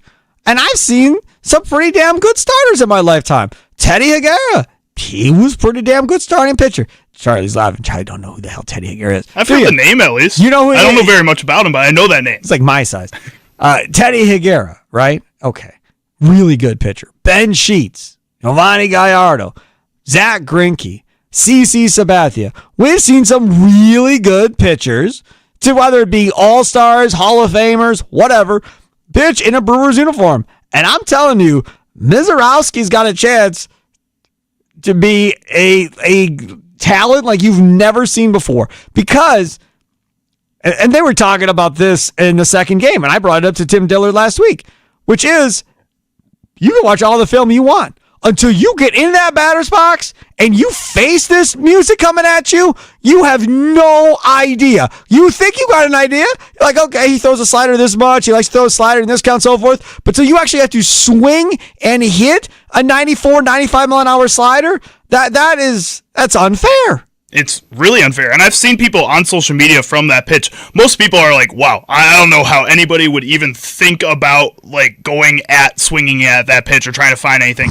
And there's other people that were just like, yeah, I just want to swing at it, man. That's obviously a ball the whole way. You need to be in the box for some of these, man. No idea. They got the VR headsets now. Put on a VR headset, go into some kind of baseball game and just have them throw at you in that game. That's in a video game. You still probably won't hit as many balls as you think you would.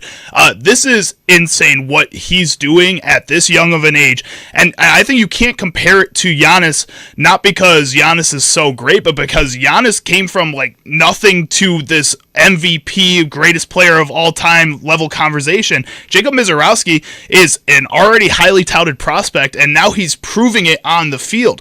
I don't think there's very many players in Wisconsin sports history that match that type of just aura going in. Giannis had to work for it. It's a different situation. I think Aaron Rodgers is the next closest, and even he had doubters on him coming in. This is a guy that is living up to that hype from day one. It's crazy. Yes, it absolutely is crazy. Now, this is the question that we have. Knowing that there's surely an innings limit for Mizorowski for the season, how would you handle him moving forward? Now, the reason this is an issue is most organizations, Brewers are no different, will only allow you to increase your innings pitched by a small percentage, whatever that number is, right? 20%, 30%, whatever. They're not going to allow you to increase your innings limit by 100%. Meaning, you throw 90 innings last year, and now they're going to let you throw 180 this year. For a young pitcher coming up, no chance. It's not happening. They care too much about the arm, too much about the elbow, too much about the shoulder. They are not going to put you in a position to get yourself hurt by throwing too many damn pitches and throwing too much. And it's more innings than anything else. It's about the getting up and getting down, getting up and getting down, more than it is even the pitches to a certain degree. So I told Charlie and I told Tommy on Friday, I said, man, this dude is not going to be in the starting rotation in the playoffs. There's just no way. How are you going to limit his innings enough to let him go be a starter in the playoffs? So I figured today, let's go over innings pitched. Our guy, Jacob Mizorowski, last year, innings pitched. Now, last year, he was in Double-A. Okay? Double-A and Triple-A. So last year in Double-A, he was 4-3 with a 3.5 ERA. And in Triple-A, 0-1 with a 2.55 ERA. So overall, 3-5, 3.33 ERA. He threw a career high 97 1/3 innings. The previous year, his second season in baseball, at the age of 21, he pitched at three levels: A ball, high A ball, and Double A, all at age 21 in 2023, and he threw 71 1/3. Last year, 97 1/3. You think they give him a little bit more time than that, but you're still getting pretty close, man.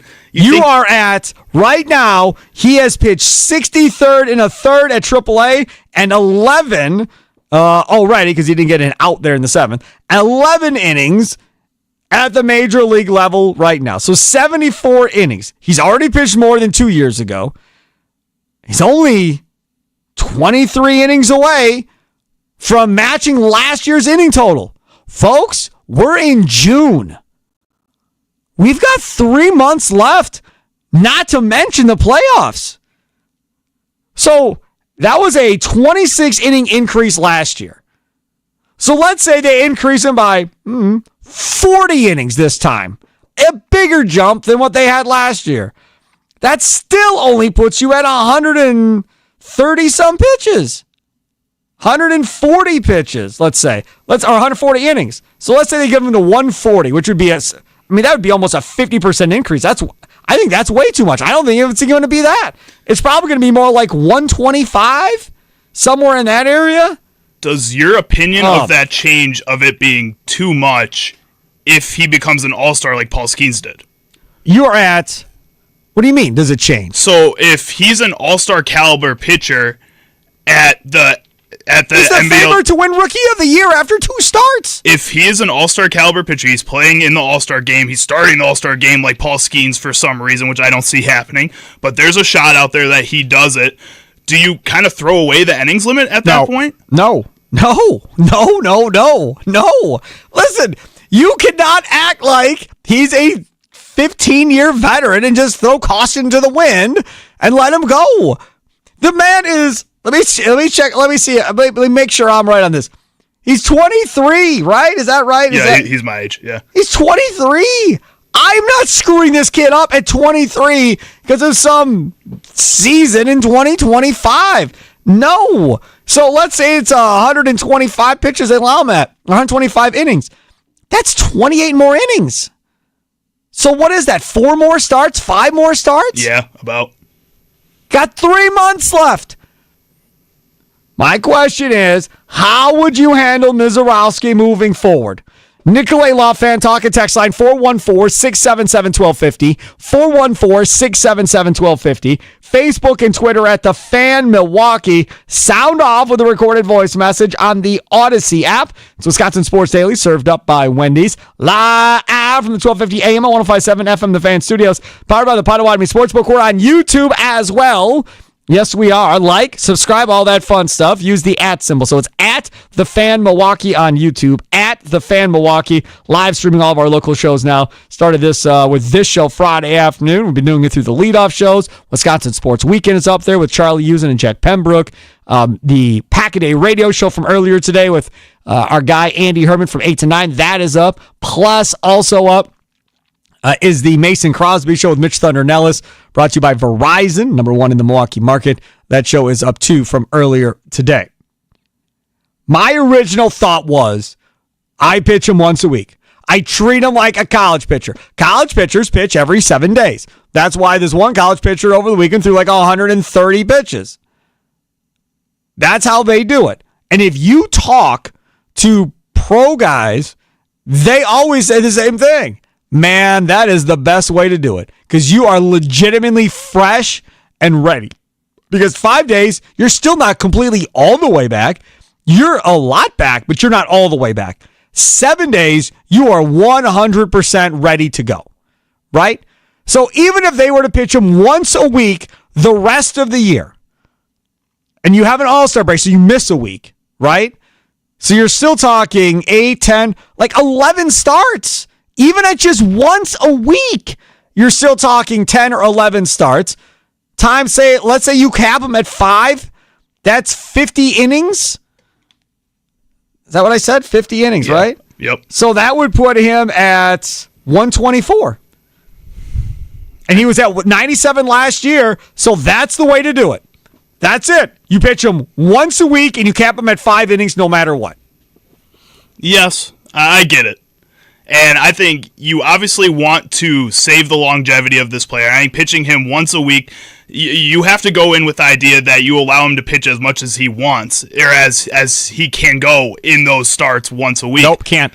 Nope. I think you got to let he has to go at least 6 innings. Nope. Each start then. You sit him down. No, because if I go 6 innings at 10 starts, that's 60 innings. Now all of a sudden I'm at 137, something like that. More. He was at what did I say he was at last year? 90 some? I get it. But you don't get it because you're trying to extend this even further. He was at 97 last year. In baseball, I think more than any other professional sport in America, you need to catch lightning in a bottle to win a World Series. No. Lightning in a bottle is for a team that is made of veterans, and you get on a run. I don't think it's just made for veterans. You do. You are not selling me on. I would say the Indiana Pacers caught lightning in a bottle this year. No, that was Cinderella. I am not going to let you tell me that we're risking Mizorowski's elbow and shoulder for, well, maybe something will happen at this point. Now, the other option in all of this, just keep it real, the other option is you let him pitch to August, and then he's got, I don't know, let's see, that would be 10, 5. So let's say he's got 4 or 5. Let's say he's got 20 innings left in him. Then you put him in the bullpen, and you let him pitch out of the bullpen the rest of the way. And essentially, if it's 1 inning a time, he gets 20 more times to pitch between September and the postseason, and you work him out of the bullpen. You let him start through August, and then September, you set him to the bullpen. You bring up Carlos Rodriguez or Tobias Myers, whoever, to pitch in September for him if need be. I mean, my thing is Logan Henderson? You don't need to make this decision right now. I really you have don't to think think so. about it. You have to think about it for sure. But my whole point is if this Brewers team continues to stay this hot, if they are as good as they showed this past weekend, if the pitching continue to be as good as they are, this is a team that legitimately has a shot to make noise in the playoffs.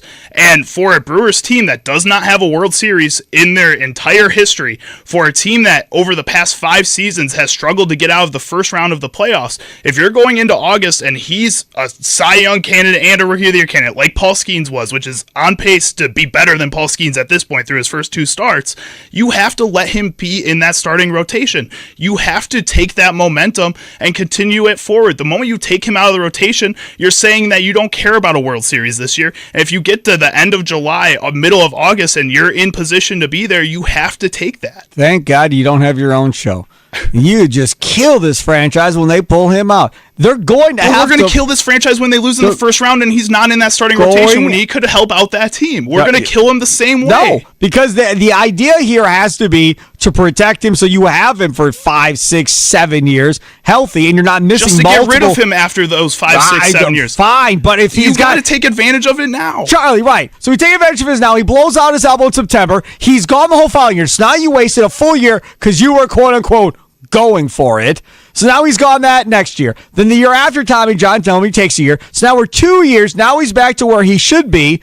Well, now all of a sudden, now you've only got a couple years left with him, and hopefully he doesn't have to have another Tommy John. There's just too much risk. You can't think that short-sighted when you're dealing with a 23-year-old kid that is 6'7", throwing over 100 miles an hour. Do you have a lot of examples of guys that throw that hard that don't end up with arm issues? No, and that's why I think you can't just keep being so cautious when you have this right in front of you. The Washington Nationals weren't cautious when they had Juan Soto. They let Bryce Harper go because they didn't want to give that. Steven Strasburg at that World Series point, he was not good. He was good and then made it into the playoffs and was phenomenal in the playoffs. But up before that, he was getting injured. He wasn't there for this team. It was Juan Soto was the person that they knew they had to catch that lightning in a bottle because they weren't going to keep him for that long. Okay, so let's talk about that. Let's have that conversation. So do you go to Mizorowski? Do you offer Mizorowski some contract right now? Because if we're gonna talk about this, this is a pitcher. This is not a hitter. These are not the same two things. This is an apple, that is an orange. They are not the same. I'd much rather sign a hitter to a long-term contract before I sign a pitcher to a long-term contract. Now, when I mean long-term contract, I mean 10 years, 8 years. If I'm going to commit that long, to me, position players is where my money's going. I'm not doing it for a pitcher just because, like we just talked about, elbows, shoulders, who knows? And all of a sudden, your career's over and you're done. So, to me, I think I'd be in. Like my buddy was like, 10 and 150. Sure. If he fails at $15 million a year, sure. You're paying him double what you're paying Churio, right? Right. But Churio had never even swung a bat in a major league game. This dude's thrown 11 no-hit innings to start his career. I think they messed up by not offering him something before he made it to the major league level, man. They weren't convinced he was a starter. I know they weren't, man. They weren't convinced he was a starter. I'm just saying, after these 2 starts, I think his price jumped up at least $3 million. So after start 1, we said on this show he didn't pitch his best. Mm-hmm. Like first ball strikes were like 50% and so forth. There were a lot of things where you're like, he can pitch better than that.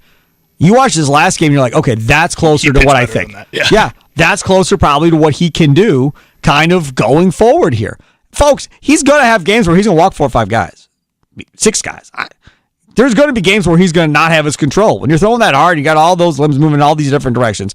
He's going to have games where he's going to be off. And then everybody's like, oh my God, he's not as good as they said he was. I knew he wasn't that good. So that's going to happen. But it appears that he's going to be more along the lines of what we have just seen more than he's going to be the other way.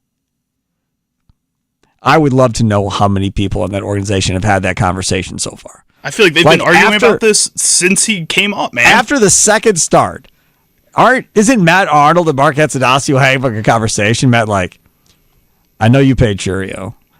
I know we can't afford to pay Peralta. I know this, I know that. But, I mean, and then if you're Mark, don't you go, yeah, but I saw Logan Henderson. He looked damn good to me. He looked pretty good. Carlos Rodriguez looks pretty good. I mean, we got some pitchers down in the farm system. This Crow kid just got promoted to Nashville. I read Kurt Hoke's piece on him. He's got nasty curveball. He might be pretty good. Do I really got to spend all this much money on one guy when I got all these other pitchers coming that are pretty good too? See, and that's the conversation you're going to have. The GM stopping for this is once in a lifetime. Sign him, sign him, sign him. And because you're so deep, Charlie, the owner goes, do we really have to? Because we got all these other guys that are pretty good. I think a World Series title changes a lot of people's opinions about all this stuff. I think World Series title. I think the Houston People are going to Astros be grabbing their chests if they win a World Series around it'll here. Be crazy. Oh my God! I think if you look at a team like the Houston Astros, I don't feel like they give Justin Verlander the amount of money they did after that first World Series if they don't win it. I think they choose to move on from a guy like that after a while. For sure. I think they did that with Garrett Cole right after because they decided to pay Justin Verlander instead. I think if you look at this Brewers team, you go and win a World Series. Jacob Mizorowski is your Justin Verlander. You keep him around then as long as possible. He's the good luck charm. Even if it doesn't work out, you keep bringing him back if he leaves at some point. He becomes that good luck charm. I think you have to pay him then, and then you don't have to go to Adonasio's office and ask for all this money because he's going to be ready to give it. We are excited after two starts like nobody can possibly be excited after two starts. I never thought I'd be like this. If he beats Skeens on Wednesday... Cy Young, give him the award, man. I don't care. If he beats Skeens on Wednesday, by Thursday, Scott Boras will represent him, and there will be no long-term deal to have. Yeah, 10 years, $40 million, actually, I think is more around the range that he'd be asking. Boras won't let him sign anything. Boras is, we're going to go to free agency, and we're going to bet on ourselves, and you'll make more than that in 1 year of arbitration than you will, $15 million. You're going to make that in the first year of arbitration easily. No way. And if I'm Jacob Mizorowski, hey, if I'm being honest, I'm signing Scott Boras yesterday. Like I don't even know who his agent is. We'd have to look it up. But if it's not Scott, it ought to be Scott because that's who's going to get you the most money at the end of the day. Now, if it's not about that, if you're like, I love Churio. I know Made's coming. I know he's good, this, that. We're going to win a World Series here. I'm in. I don't want to go to a big market, whatever. Well, then that's totally different. Then the Brewers probably should have that conversation. He's still 23. He still has dreams ahead of him. It might not be all about the money at this point. Plenty of time. Potawatomi Sportsbook, plenty of time for you to get down there. 6,500 square feet, 2 different levels. Center screen, 2,000 square feet. You can watch up to 30 sporting events at one time, 48 beers on tap, dozen different specialty cocktails, and the Potawatomi Sportsbook Kitchen. Amazing food, pastries, and desserts made on site each and every day. All day brunch, burgers, wings, wraps, you name it, they got it. Gambling kiosks off that 4th floor of that skywalk. You walk in, you make your bets. Then you go have some delicious food right across the little carpeted walkway there over to Rock and Brew. Personal pizzas, all about it. Or you go have some fine dining Asian cuisine, or go to the steakhouse. All kinds of different places you can go to have great food. I always say, if you're taking your girl out on a date or whatever, right? You go, you make your wagers, then you go meet her, whatever. Then after that's done, you're like, oh, come on, let's go play some craps or some blackjack. And you slide over the Potawatomi Sportsbook. Hey, let's just have a beverage in here. Check out how cool this is, right? And then you still live your game. Hopefully you win some money on the game and use that for the rest of the night. And it all works out. I build perfect dates. That's what I do, Charlie Usen. You're a hero, Sparky. It's true. Charlie, sounds of the day coming up next. It's Wisconsin Sports Daily, served up by Wendy's, live from the 1250 AM 105.7 FM, the Fan Studios, powered by the Potawatomi Sportsbook. Sparky here.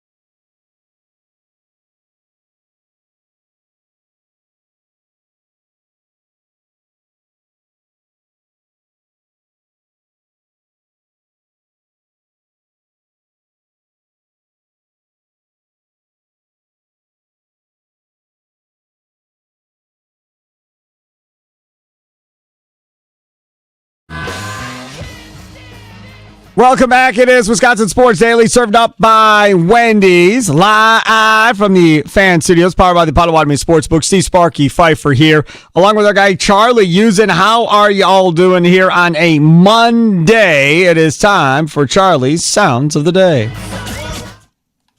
I'm a complete mess right now, Charlie. Don't mind me. Chicago Charlie picked today for Sparky. Woo. That's tough. Will Sparky become enraged? Will laughter ensue?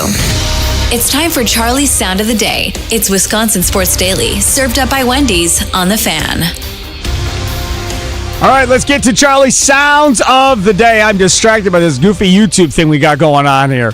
So I'm sitting here at a break, and I'm looking at stuff on my phone. I come out of the break, I look over at the screen, and Tommy Wirtz warned me about this camera of ours just zooming in. I look over and I'm like, holy cow, what is going on?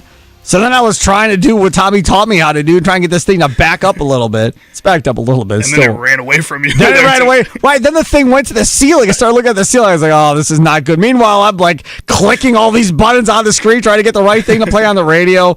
Way too distracting. Radio people should not have anything to do with video because we do not have long enough attention spans. All right, Charlie, top 3 clips from across social media. All right, first up, we're going to hear from somebody we've heard from a couple times in the past few weeks. Jay Williams on First Take, former NBA player in business with Giannis Antetokounmpo, as we've talked about. He was discussing soft tissue injuries in the NBA after Tyrese Halliburton tears his Achilles last night. This pace, in this year's pace for the NBA, 108.9, is faster than any other season since the early 70s. And 8 Achilles tears this season that we just went through. To me, that's not a coincidence. That's more of a trend that we're starting to see with what's happening in the sport. 3 Pacers tore their Achilles. Exactly, 3. And it brought me back to the KD moment, Stephen A., right? Yes. You know, we talk about that Game 5 against Toronto, in Toronto for KD, where we saw it. You talk about Jason Tatum, Dame. Rolled up on I just think it's, as it relates to protocols, and as we have more pace and space, as we have more expand the court, more threes, it increases the problem of injuries, soft tissue injuries like this. And I think the NBA is going to have to find different ways, protocols to put in place to minimize these types of things that are occurring, because the trend is going up and up. Okay, I'm listening. What are you suggesting? He suggested nothing. Play God and stop all these guys from getting hurt, NBA. Figure it out. Exactly. That's what Jay Williams said pretty much. Play God and keep all these injuries down. Get out of here. Like, what do you want them to do? I'm all about criticizing Adam Silver or criticizing any other commissioner in sports for whatever. Fine, I'm with you. I love criticizing people. I'm all in. But in this case, stop it. What are we saying? I mean, this is what's, mark my words, this is what's going to happen. They're going to have mandatory rest for these guys. After they said you're not supposed to rest. The workload, the workload days off. Watch, that's going to be next. So you're going to play 82 games, and every player is going to be required to sit 5 games or something. Something along those lines. Or guys will be required not to play in back-to-backs. So you can play in one, but you can't play in the other. Something along those goofy lines. They're going to come up with some overreaction to this to really try and figure out another way to alleviate all these issues. When in reality, wear and tear of the body, man. I'm guessing Tyrese Halliburton's been playing basketball since he was 4 or 5 maybe. And playing and all summer and all winter and just nonstop. Eventually the body's going to give out. Eventually the body's going to be like, that's it, we're done. Your body was not made to take out all this wear and tear that you're putting it through. And you can lift weights and you can stretch and you can do all this other stuff. But eventually things are going to break. Things are going to give out. And it's going to be time to fix it, try and make it stronger. And then you're going to get on a run again until it busts again. That's where we are with the human body right now. It's no different than any other time. And the reason why you didn't have all these injuries probably prior to this is because you didn't have all this year-round stuff back in the day. Guys didn't have all this stuff going on. You didn't have all the weight training and everything else. So that's why they weren't getting hurt nearly as much, it doesn't seem like these guys are. Well, and I think the opposite side of that is now you have better athletes all around the game because of the way the training has changed. I think the worst thing the NBA can do at this point, and this is hard to say because it's the right decision. The right decision is to do what you're saying and do mandatory rest. Find ways to give these guys that rest somehow, some way. Don't have them play as long as they are. The only problem is you look like a complete clown and joke of a league if you do that, because like we're saying before, you just implemented the rule where you can't win awards if you miss a certain percentage of the season. You lose out on bonuses if you miss a certain amount of the season. How can you possibly change things to try to protect your players this way when you already made that decision? Nobody's going to take you seriously. The best thing you can do is not react to this. We've talked about it. The NBA media loves just making stories out of everything and loves complaining about everything that happens. What you have to do is not let them make this a story. Ignore it. Yeah, it's awful. It's awful that it's happening. But if you're going to make changes in other areas of the game that aren't directly related to this, because if you do that, people will say you're a joke. What's going to occur, I'll sit here and call my shot. Mm-hmm. If we continue on the pace that they're on this year, and every year you got 7 or 8 guys blowing out Achilles or whatever the case may be, when the next CBA is up, there is going to be conversations about more rest, not as many games, more spread out, days off in between games. All of that is going to come up. And this whole thing of not being able to get an award and so forth, that's going to be tossed out. That's no longer going to be a thing anymore. They'll get rid of that because the players are going to want to be able to protect themselves. And if we're being honest, the owners and the commissioner should want to protect themselves because no Halliburton, Indiana not as attractive to watch on TV. No Jason Tatum, not as attractive. No Damian Lillard playing for whoever Lillard is paying for, not as attractive, right? You want your star players playing, not out for an entire year rehabbing and trying to get back on the floor. Now, I don't think Adam Silver can play God, but I think there is ways to get more rest and more breaks in between the action and so forth to allow their bodies to heal more so than they're being allowed right now. And again, if we're being honest, there's less back-to-back games now than there used to be. I mean, they've redone this schedule several times over to make it easier on travel and wear and tear and all that for the players. They've already bent over backwards for these guys, and I think they're going to be asked to bend over even more backwards to try and accommodate them. Charlie, what's next? All right, Jay Williams may not have had an answer, but this guy always has an answer for everything. This is Colin Cowherd on the Herd on FS1. I thought it was going to be Perkins talking about Close being enough. fit. He's another person who always has an answer. Cowherd proposes a 5-game series in the NBA playoffs moving forward. Move off 7-game playoff series until you get to the finals. MJ, the most popular to the league ever was, 5 games in the first round. Maybe you can do conference finals at 7. But the NBA just got a $76 billion TV deal. The billionaires are going to be okay without another home game. Everybody's going to eat. Adam's going to eat. The owners are going to eat. The players, the coaches, 7 and 8 figures everywhere. These early round 7 games, when you look at these injuries, the Achilles injury, it's a wear and tear injury. You're just fatigued. You're tired. You're pushing it. Like they always say, you tear the Achilles on the last ski run of the day, or as you get older, you're an old guy and you're pushing it. That's where this usually happens. So next year, think about this. 2 of the most captivating players that we argue about, Jason Tatum of the Celtics, won't play next year. And now Tyrese Halliburton, because the lateness of this injury, probably will not play next year. Are you going to tell me the Eastern Conference, I don't get Tatum and I don't get Halliburton? You think that's good for the league? I was thinking watching this injury, I'm thinking, who really benefited in the East this year? Orlando and the Knicks by getting knocked out earlier. They'll have a healthy roster. So I just look at this. College basketball in March gets bigger ratings than the NBA often gets in the playoffs. Why? Urgency. Make the games matter. I'm not asking for one and done. But when you're seeing 8 injuries and 3 tears over a course of a season, these are arguably the world's best athletes. They're in incredible shape. Very few of these guys play themselves into shape. They come in finely tuned, and the NBA should not be a war of attrition. Okay.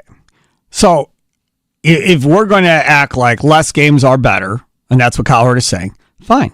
Then go back to how it was on the strike-shortened season. Start the season on Christmas.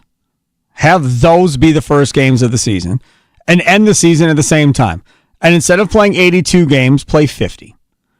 You want urgency? You want games to count more? You want all your guys to play, not have the workload and all that other stuff, and give ease to their body? Sure.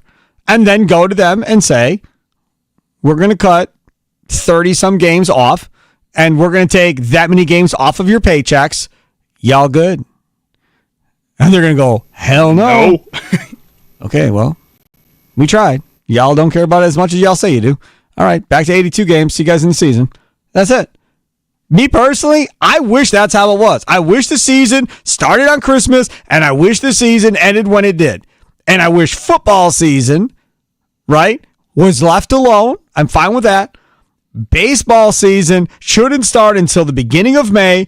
The regular season should be done at the end of August, and the playoffs should start Labor Day weekend before the NFL kicks off. You should have the spotlight on you. There's no NBA, there's no NHL, and there's no NFL. It's just you at that point.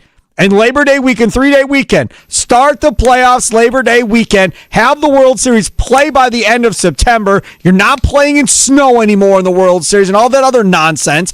Get yourself out of the way of the NFL by October and be done with it. But again, they're not going to do that. Why? Because now you're, again, costing yourself 50 games or so by losing 2 months of the season. Well, and the other thing I see in this situation is the MLB is like the 80-year-old man whose house is getting condemned, and he doesn't want to move. He's going to stay in that house until he dies. Right now, the MLB is the oldest man out of all these leagues, and they've owned that time frame. They want to stay in that time frame. They like playing the World Series in a little bit of snow. They like the Fall Classic. I hate it. It's all stuff that they love to have because it's their history and they're so old, so they want to stick with that. They're not going to be the ones to move. They want the young guys to move out. I personally, I hate it. Mm-hmm. I don't like watching games with snow blowing. I'm not a fan of the season being determined by that. So if Cowherd is right on what he said, which is, well, it's a wear and tear injury, and I agree, 5 to 7, that's not going to do anything. Stop.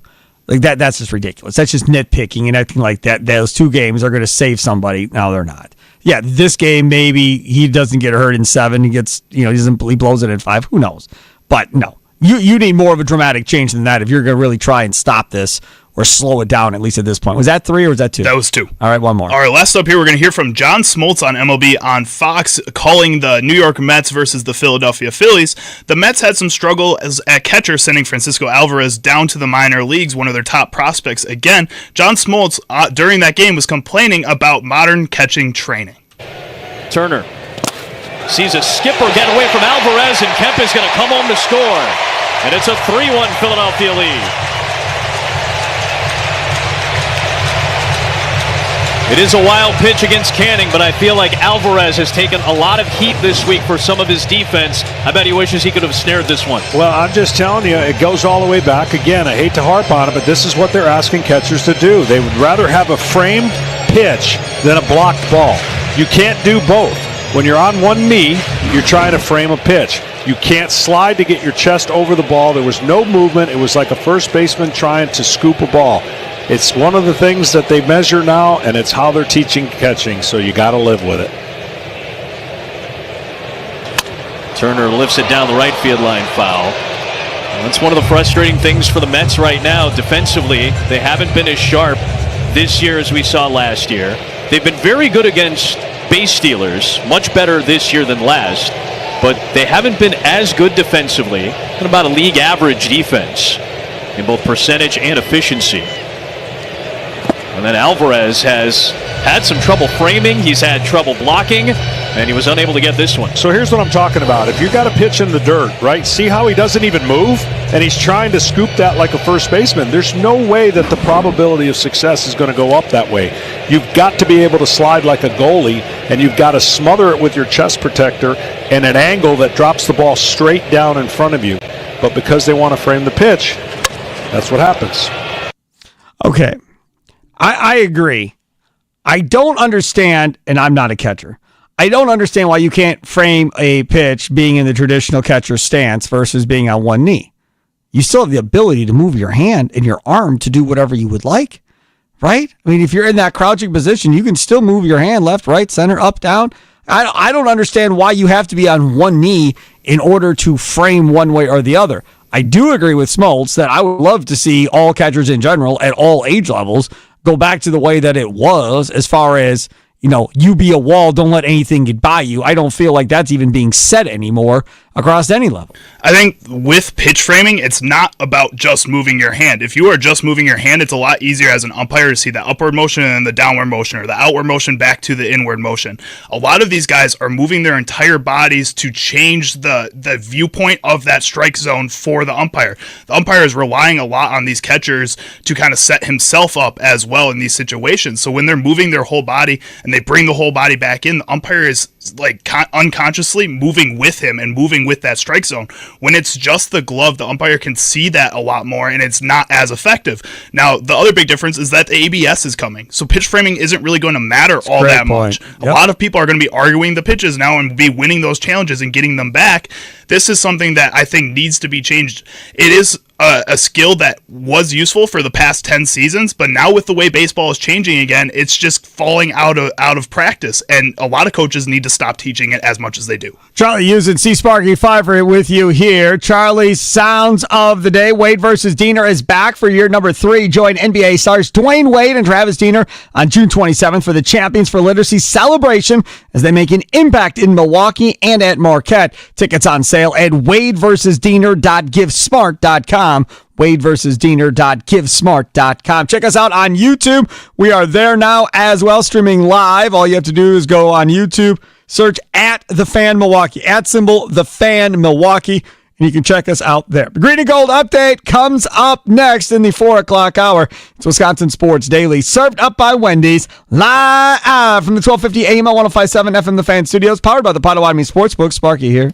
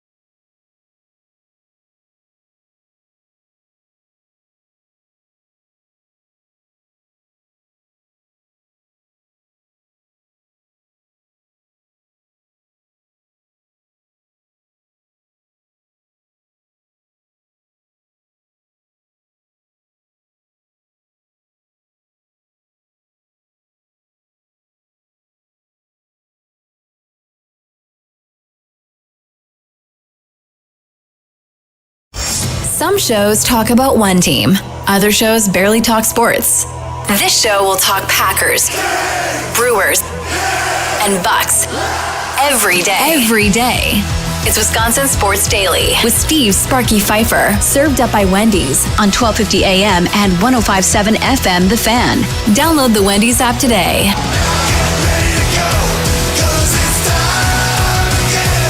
It is time again. Welcome in hour number 3. What happened to the first 2 hours of the show? Where did they go? Flew by. Where did they go? We're broadcasting live from the Fan Studios, powered by the Potawatomi Sportsbook. See Sparky Fifer with you, Charlie using over there. You know, we have the 1250 AM signal, and we have 105.7 on the FM signal. So I was listening to Tommy do the leadoff show, powered by the Potawatomi Sportsbook. He'll come up today at 5, take you up to 6:30 as we get ready for Brewers and Pirates tonight. So Friday, when I was heading out of town to Peoria, I picked up 1250 almost to Janesville on the highway. Nice. I could not believe how far I could pick up the AM signal. I was shocked by that. Nice. That's a pretty far distance. Yeah, I listened to almost all of it. I was really happy with how far I could get the signal. So very cool. All right. This hour, we'll talk some green and gold coming up here momentarily. That will be highlighted because of Caleb Williams' big mouth. We'll talk about that. Then, in the second segment, we're going to talk about the Brewers one more time because I started thinking about trade deadline, what's going to be out there, what they need. And I realized that if they do what everybody wants them to do, they're going to have a gigantic question, maybe multiple questions to be answered if they do what you want them to do. Like, there's going to have to be big decisions made in the middle of the season as far as moving people. So we'll talk about that coming up in the next segment. And then things we missed comes up at 4:40. We have not talked about the Kevin Durant trade to this point. We'll get into that.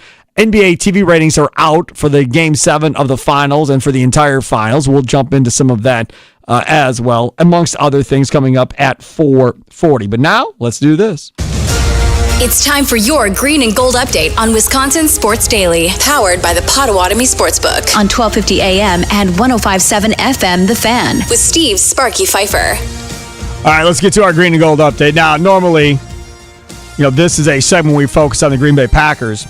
And this is about the Green Bay Packers. It does not involve a member of the Packers saying anything, however. It involves a member of the Chicago Bears running his mouth.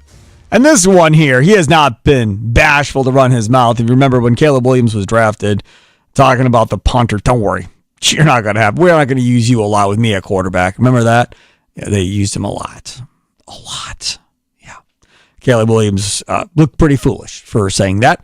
But Caleb Williams has not held back as far as his dislike for the Packers, hopping right into the rivalry role like he knows everybody in Chicago wants him to.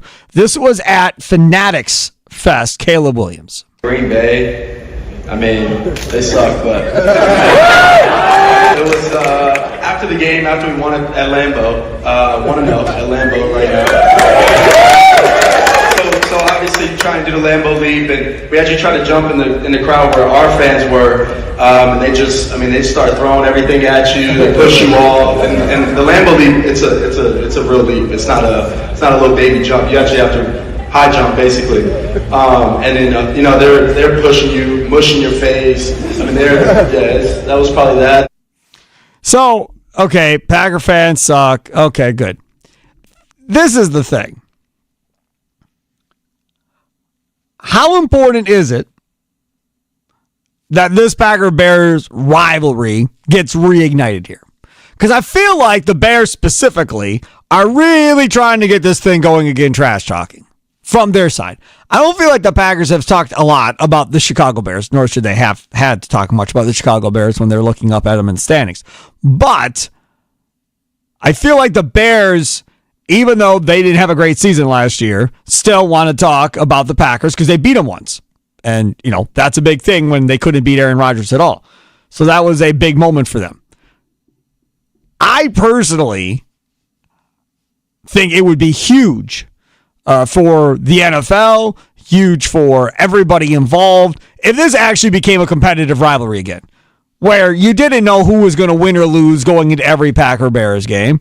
It wasn't as predictable. There was actually some level of dislike amongst the teams. Now, I'm not asking for it to be Forrest, Greg, Mike Ditka rivalry when those two guys were the head coaches. I'm not quite sure we'll ever see it be like that. I mean, those were just street fights. Those weren't even football games. Those were street fights. And the two coaches wanted to beat the crap out of each other as well before the game and had to be pulled away from each other. So I don't think we'll ever get to that point. But, if you got some jong and some extracurricular activity and stuff like that, and there really becomes a genuine dislike for the other team, if we get to that level, I think that's good for everybody involved, Charlie Usen. What about you listening? Nikolai Law Fan Talking Text line 414-677-1250, 414-677-1250. Facebook and Twitter at The Fan Milwaukee. Streaming on YouTube now. Simply go on YouTube, look us up using the @ symbol, The Fan Milwaukee, at The Fan Milwaukee on YouTube. And we will see all of our live shows live streaming there, including the leadoff show with Tommy Wirtz, powered by the Potawatomi Sportsbook, coming up here in about 45 minutes. When I look at this rivalry from a Bears fan perspective, this is what I live for, man. When the Bears and the Packers faced off, I want to say it was 2019 when Aaron Rodgers hurt his collarbone in the opening game, or it was earlier than that because Khalil Mack hurt him in that game, so 2017 then. He hurt him, and I was ecstatic. I was like, the Bears are going to win opening weekend. This is awesome. The rivalry's back on. And then Aaron Rodgers came back into that game and closed it out and won it for the Packers and broke my heart all in the matter of 2.5 hours. That's what I live for as a Bears fan. I get it. I have heartbreak all the time from this team, but the past couple seasons, it was just sad. Like, it wasn't fun. It wasn't exciting to watch this Bears team, and part of that is because I know they're going to lose to the Packers most of the time. I know they're going to lose to the Vikings. I know they're going to lose to even the Lions at this point, and that just does not make it worthwhile to watch some of these games. I still get up to watch the Packers games, but when they go down to the wire like they did in the first game, I have expectations that the Bears are just going to blow it, and I'm not going to be happy. But then when they won that second game on the field goal, I got really juiced up, man. It felt like this is what it means to be a fan of one of these two teams. This is what it means to be an NFL fan, and we haven't had that in so long, and this is the oldest rivalry. This would reignite a lot of rivalries across the league, I think, that more so than people really realize. I think it would be highly entertaining for the National Football League if there was some running of the mouths. Now, this is the thing. Caleb Williams, we know he's going to run his mouth and say what he has to say. Who are those guys on the Packers side that are going to reciprocate in kind and say something back? Jordan Love, I feel like, isn't the most, he doesn't seem bashful. I feel like Jordan Love might be able to run his mouth a little bit if need be. The biggest trash talker is gone, Jair Alexander, so it ain't going to be him saying anything. Is there anybody else on the defensive side of the ball that you look at and go, oh yeah, he'll say something? I don't think there is. I don't think there's another guy over there that you think is going to run his mouth. On the offensive side of the ball, again, a bunch of nice dudes that probably aren't going to say boo. Maybe Josh Jacobs. I mean, he's been involved in his own rivalries throughout his college career and so forth. But I think it's going to come down to Jordan Love saying something in retaliatory fashion if it comes to that. But he's not going to. That's the problem. It's Keyshawn Nixon that you rely on to say something on this team. My God. And I don't think you want to rely on Keyshawn Nixon to be the voice of the team. I'm not saying that anything against him, but you want it to be one of your top 3 players to be the ones, or your head coach to be the one to go back and fight back on this. It's got to be somebody who's important not only to Packers fans, but to the entire NFL if you want this to get going. If this is something that you're excited about as a franchise too, then it should be one of your top players. So yeah, Josh Jacobs I think is the next one up. I think if you look at the defensive side of the ball, and Jaron Cooper should be a lot more comfortable this season. If he's a lot more comfortable this season, I'm hoping that the energy that he brings on the field can be brought with his mouth a little bit too. Say something. I mean, we're being realistic. The Bears can't suck. I mean, in order for this rivalry to matter, they got to be able to compete moving forward. You beat the Packers, but the Packers were in the playoffs. You were at home. So Jordan Love just goes, cool, glad you beat us, but we're in the playoffs. We're going to go compete for a Super Bowl. Now, the Bears fans could say, yeah, well, you went just as far. You're sitting on your couch watching it just like we are, right? So you could have that whole debate of, does it matter if you're in the playoffs or not? If you don't have a Super Bowl ring at the end of the day, fine. But for me, in order for this rivalry to matter, they got to finish in front of the Packers at some point, right? You got to get in front of them in the standings. You got to beat them both times and be in front of them in the standings. Back when it was Ditka and Greg and all that nonsense, The Packers weren't going to be in front of the Bears, the 85, 86 Bears. Those teams were dominant. But you know what? When those games got done, the Bears knew they were in a fight and did not want to have to deal with it again. Yeah, they beat them, but they went home battered and bruised. In today's NFL, you can't do that. They'll kick you out of games. There'll be fines, suspensions, and everything else. Players today just aren't built that way, don't have the mentality to approach it that way. So in this instance, the Packers are like the 85, 86 Bears, not to the dominant standpoint, but being really good for a long time. And the Bears haven't been really good for a long time, so they're trying to play up and fight up. The other issue that this team has is it's not just the Packers. They got to beat the Lions, they got to beat the Vikings, and they got to beat the Packers. For so long, it was just the Packers in the division, and then the Vikings occasionally would be hanging around with them. The Lions and the Bears were on the bottom. Now, all of a sudden, all four teams seemingly are getting better. The Bears, like every other offseason, seem to have made the most improvements, but we'll see if that plans out in the regular season. But that really is what it's going to come down to. They have to win more than they're winning in order for any of this to matter, with Caleb Williams telling Packer fans they suck. Well, and if you're somebody that's rooting for this rivalry, what you saw from the Bears last season, I think gives you a lot of hope for them moving forward. Yes, their record didn't say they were a very good team last year, but I'll keep saying this because I 100% believe it. They were 3 minutes away from winning 5 of those games and being a playoff team last season. That's how close it was. And the 2 games between the Packers came down to the final play of the game both times. This is really exciting if you want to see this type of football played across the NFL. This is where it starts. Again, with the oldest rivalry, if they're getting it going again, you'll start to see the Bengals and Steelers start getting a little more chippy again. That's going to be fun. You'll start seeing Houston and Jacksonville start getting a little more chippy again like they were when both of them first started. No. These are things you all want to see because that's how you get people interested in the teams that maybe aren't as good. I don't see Jacksonville ever getting chippy.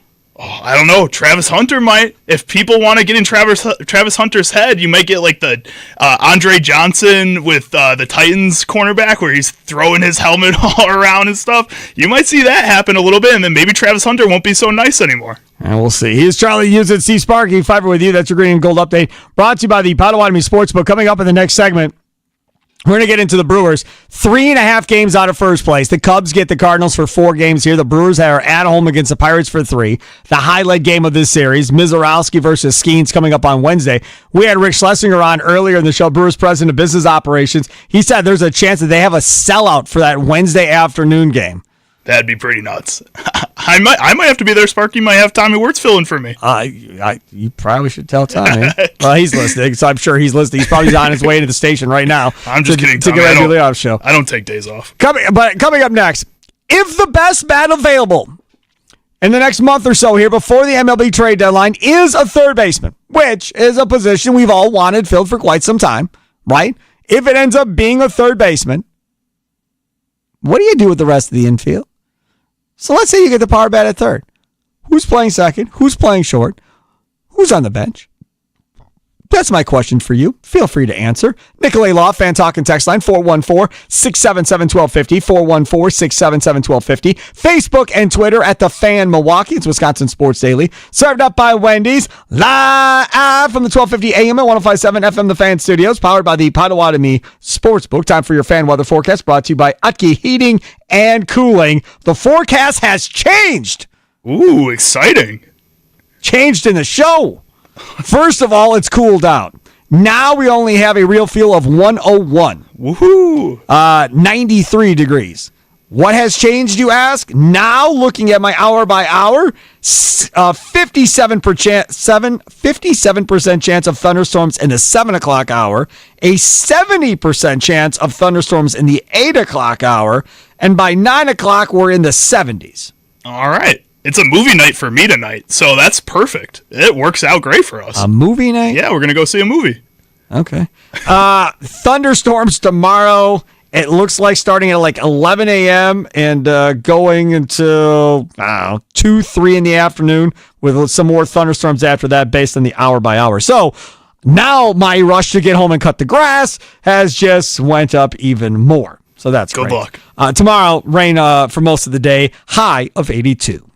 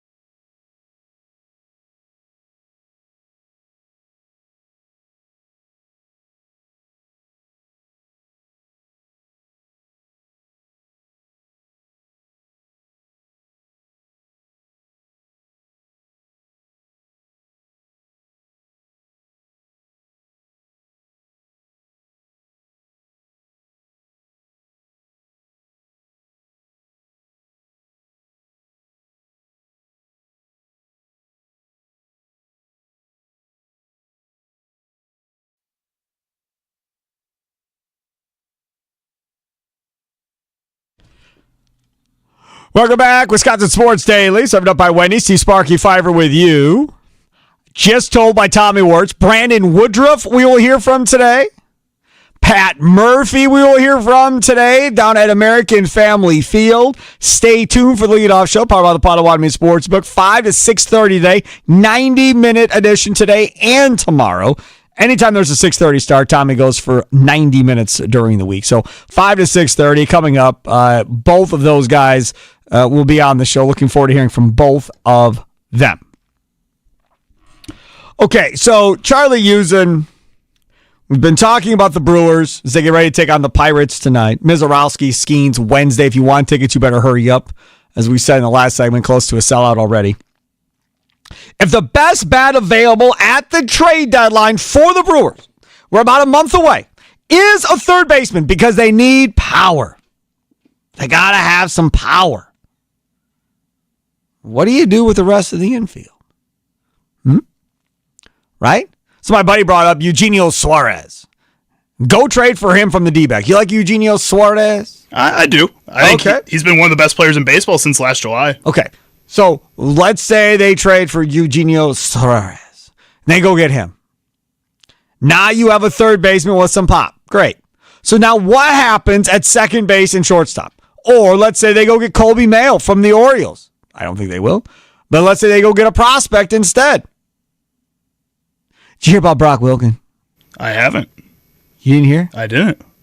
Friday, we had Garrett Mitchell on rehab, diving back into second base, re-injuring his shoulder. Same day, I believe it was the same day, the news came out that Brock Wilken, when Biloxi won the AA championship, they celebrated. He went and slid, and his knee blew up like a size of a softball or bigger. We don't know yet. I asked Tommy when I came in, I'm like, any word on his severity of his injury? He's like, nope, haven't seen anything yet. So who knows what's wrong with his knee? Celebrating, sliding. Again. That's awful. You got hit in the face with a baseball last year as Brock Wilken. Then this year, you absolutely get going in May and since then with power. And then you get hurt again in the most random, weird way. Welcome to the Milwaukee Brewers. That's what happens. Brandon Woodruff is out again right now in the most weird way. So, anyhow. So whether it's Mayo, whether it's Eugenio Suarez, whatever, what do you do with second base? Who's playing second? Who's playing short? Because now you have Caleb Durbin, Terang, and Joey Ortiz, unless somebody goes back in the deal. But assuming all three of those guys are still here, who's playing second? Who's playing short for you? That's the question. Nicolay Law, Fan Talk, and text line 414-677-1250, 414-677-1250. Facebook and Twitter at The Fan Milwaukee. Sound off with a recorded voice message on the Odyssey app. To me, it's simple. It's simple. Joey Ortiz, enjoy your time on the bench or enjoy your time with another baseball team. But I'm done watching this. Bryce Terang is going to shortstop. Caleb Durbin is going to second base, and we play from there. Suarez is at third. Hoskins is at first, or Jake Bowers, whoever. Durbin, and then Terang. Maybe you keep Joey Ortiz to be a utility infielder. He can play third. Obviously, we saw that last year. He can play short. He can play second. He's the guy that fills in when guys need off, and now we go. And now that infield looks like it should look. Power hitters at the corners, light hitters up the middle, lightest hitter at second base, fine, and we move. And that lineup with a Suarez or whoever right smack dab there in the middle of the lineup to go along with Yelich and Contreras and Chiriot and Hoskins becomes immediately much deeper at that point, especially just by taking Ortiz out. Think about it. If Caleb Durbin is your last hitter, the ninth hitter, you feel much better about him at 9 than you do Joey Ortiz at this point. And I know Ortiz has been playing better. But if Durbin's at 9 and Frelick is at 1, your two smallest guys, both scrappy hitters, both can run and get on base. And then all of a sudden, Chiriot, Yelich, Contreras, Suarez, Hoskins. I'd feel pretty good about that. I'd be down for that. I think I look at this roster right now, and like you said, the easy answer is Joey Ortiz has to be moved on from in some way. I don't even think you keep him around as that utility guy. I think you have a better chance at success by bringing up a Cooper Pratt, the 20-year-old who's playing all right in Double-A. He's not playing amazing by any means, but he's playing all right, could give you exactly what Joey Ortiz does in a substitute role. I think Andrew Monasterio can give you exactly what he's doing in a substitute role. I think you just have to move on from Joey Ortiz. Brock Wilken. Let's hear it. I'm not going to tell you. That means it's not good, guys. No, it's not good. Tommy Wirtz just texted me, and he is going to go for a second opinion. I'll let Tommy Wirtz tell you when their Building a Winner segment happens on the show. If you've never heard Building a Winner, brought to you by the Ironworker Associates, are awesome and far more brave than I'll ever be doing what they do. But when that segment comes on, they talk about the minor leagues, and they literally go through each team of the minor league level and tell you how players did at every level. If they won, they lost, all this. And your knowledge of the Brewers farm system will grow exponentially by listening to Tommy Wirtz do that segment. So when he does that segment today, you'll hear about Brock Wilken, or you may hear earlier in the show when he plays Pat Murphy back. So one way or the other, you will hear Pat Murphy tell you what it is. But he's going to get a second opinion. Now, most times, if you have good news, you don't need to go to a second opinion. So I'll let you figure that out on your own on Brock Wilken. So stay tuned for that. So I'm glad that our guy Charlie is with me. Either Joey Ortiz, the utility infielder, or you trade Joey Ortiz in this deal to get Suarez or whatever the case may be. Now, you need the D-backs to stay out of this if you're going to get a Suarez or whoever it is that you're going to get at this point. See, Caminero got let go by the Reds. I did see that right after he came off the IL. What are your thoughts on him? What are his numbers? I'm not personally a huge fan of him. He came in for the Cubs last season as a trade deadline acquisition. He just didn't really do anything for them. If we look at his stats so far because again, this season, as a Brewers fan, if you're going to bring somebody in to play third base, they've got to have the ability to hit 20-plus homers in a season, right? And if there's not a track record of said player hitting 20 to 25 homers throughout his career, for me at least, I'm not speaking for Matt Arnold, I'm not going to do that. I have absolutely zero interest if you don't have some type of track record of giving me some power. Yeah, I got zero interest. Anyway, with Heimer Candelario, he's currently through 80 at-bats on the season, has 9 hits, 2 home runs, a 113 batting average, 10 RBIs, a 198 on base, and a 213 slugging currently. So absolutely disgusting. And somebody will pick him up. Oh, yeah. Because he's had 20 home run seasons in the past. Like you said, last season with Cincinnati, he had 20 home runs. 2 years ago with Washington, when he was with them, and then that's when they traded him to the Cubs, he had 22 home runs. So he has that power in the past, except for he's just disgusting right now. That's like a team like the Arizona Diamondbacks, like we're talking about. If they were to move on from Eugenio Suarez, they could go get a Heimer Candelario to try to make some magic happen in that moment. Yeah, no, I totally get that. Coming up next, things that we missed on today's show. And then Tommy Wirtz and the leadoff show, powered by the Potawatomi Sportsbook, comes up at 5 o'clock. Love Taki's Fuego Trips? Listen up, because you've never had them like this. Wendy's new Taki Fuego meals are here. This Sammy has a Taki Fuego chip intensity you loved, piled up on one of their fan favorite spicy chicken sandwiches with Taki Fuego chips, chili lime sauce, and creamy corn spread. The small Fuego fries get tossed in an intense chili lime seasoning. It's almost like this meal couldn't take on any more Taki Fuego chip intensity. That's where the extra 1-ounce bag of Taki Fuego chips on the side comes in. Well, while supplies last, at least, you can grab this Taki Fuego meal at midnight or later, limited time only, at participating U.S. Wendy's. We have not talked about the KD trade. We have not talked about the TV ratings that came out this afternoon as well concerning the NBA Finals. We'll do all of that and more coming up next. It's Wisconsin Sports Daily, served up by Wendy's, live from the 1250 AM at 105.7 FM The Fan Studios, powered by the Potawatomi Sportsbook. Sparky here.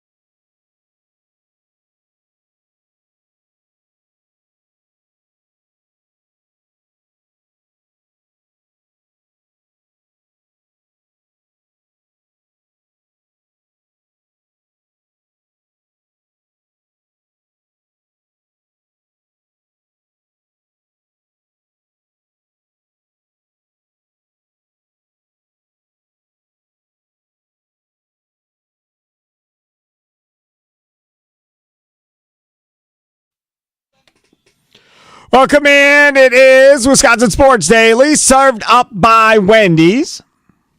See Sparky Fifer here. Charlie Usen, other side of the glass, streaming on YouTube. If you want to look for us, find us. All you got to do is go on YouTube, go to @TheFanMilwaukee. Use that @ symbol, @TheFanMilwaukee on YouTube. You can always stream us. Go back, watch our shows after the fact, watch any interviews we may have with people that were on video with us on StreamYard. I know we're way behind the times here, but give us a break. We're trying to figure this out as we go here. We started literally Friday afternoon during this show as our first show doing this, and we'll continue to hopefully make this better and figure things out as we work through the kinks and all of this. Do not forget, fine folks, Wade versus Diener is back for year 3. Join NBA stars Dwayne Wade and Travis Diener on June 27th for the Champions for Literacy celebration as they make an impact in Milwaukee and at Marquette. Tickets on sale at wadeversusdiener.givesmart.com. Brewers and Pirates coming up tonight, 5 o'clock. We'll have the leadoff show powered by the Potawatomi Sportsbook with Tommy Wirtz. Don't forget as well, Andrew Wagner of Forbes Sports. He joins each leadoff show. Plus, he joins us here on this show on Tuesdays and Fridays at 3:20. Brought to you by Focus Baseball. Make sure to go to focusbaseball.com to look when your age group that your son or daughter are in for tryouts. Make sure and go sign up and register for those tryouts today. Again, focusbaseball.com. Okay, so things that we missed on today's show, one of which was the Kevin Durant trade. Okay, now, I would like to tell you that I was shocked that he was traded.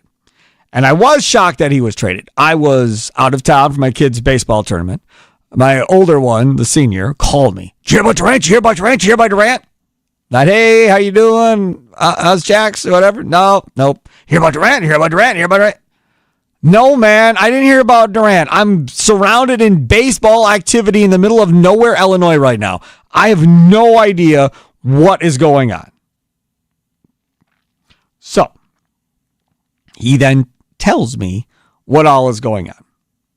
Now, this is something where I may be in the minority. I'm not quite sure. I've not watched any of the Talking Head programs since this Durant trade went down. I don't think they got enough. I don't think the Suns got enough in return for Kevin Durant. They got Jalen Green, who might be a star one day, but that's what you're banking this whole trade on, is that Jalen Green works out and becomes a star. Dylan Brooks, punk, don't like, never have liked, will never like. The number 10 pick in this year's draft, okay, that's good. And 5 second-round picks. Oh, goody. So it's essentially Jalen Green and number 10, because I don't care about Brooks, and I don't care about the 5 second-round picks. Now, apparently, Shiba, however you say his name, in Phoenix, wants to instill toughness on the team, right? So you go get Dylan Brooks. Sure. So in they come. Tell me something. I like Sengun. I get down with that.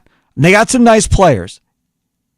With Durant, they going to win a championship? I don't think so. I'm not there. I don't think this is enough to get a championship. Now, at the same point, I give them credit for not giving up everything, because if they wanted Giannis, they would have to give up everything. So they didn't give up everything and still got a really good basketball player in KD, but I don't think this is good enough to finish the deal. I'm not 100% there with you on this. Kevin Durant, if people are wondering, the past 3 seasons have been 3 of the most efficient seasons of his entire career. And yes, he's playing with really great offensive players like Devin Booker.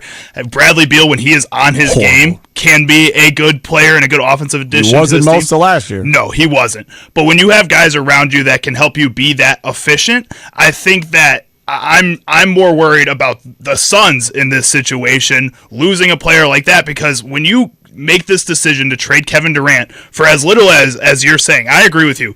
I was not surprised that Kevin Durant got traded. I was surprised that he got traded for less than Desmond Bane got traded for. Like, that's absurd to me. In no way. But he's older. He is, but like I just said, he had 3 of the best seasons of his career in the last 3 years with the Phoenix Suns. You have to be able to buy into that if you're a team like the Houston Rockets that are hoping to take that next step.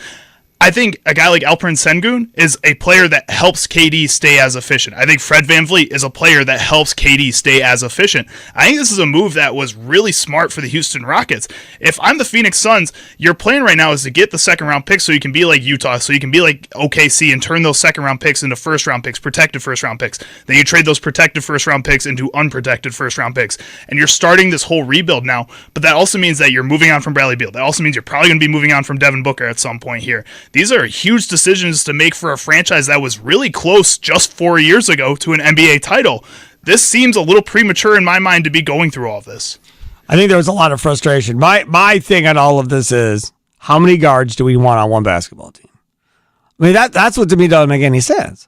You need more than a guard. You've got a guard in Booker. Now, again, nobody wants Bradley Beal's worthless bud, but that's another guard. And then you traded for another guard in Jalen Green.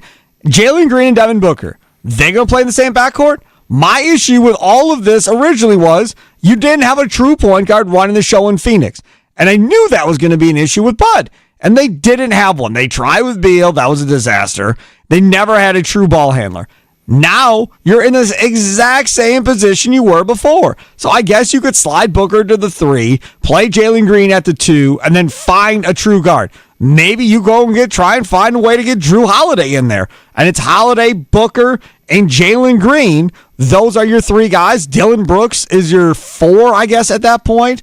And then see what happens after that. There's 2 things that came to my mind with the Phoenix Suns and this trade. One is Bradley Beal is not going to be able to get traded. I don't think nobody wants him. Nope. And I think that was part of the reason you move on from Kevin Durant. The other thing is Jalen Green reminds me a lot of a young Devin Booker.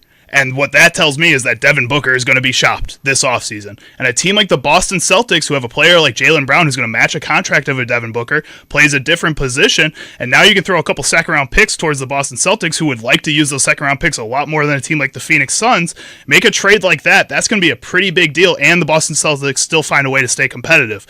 This is the type of thing that I'm thinking about with this. When you move Kevin Durant, you're planning on moving everybody else then, too. Like, this is not going to be a small offseason. This is not the end of the offseason for the Phoenix Suns. I think Devin Booker is the next domino to fall for them. I would be stunned. Mm-hmm. Matt Ishaba has a gigantic ego.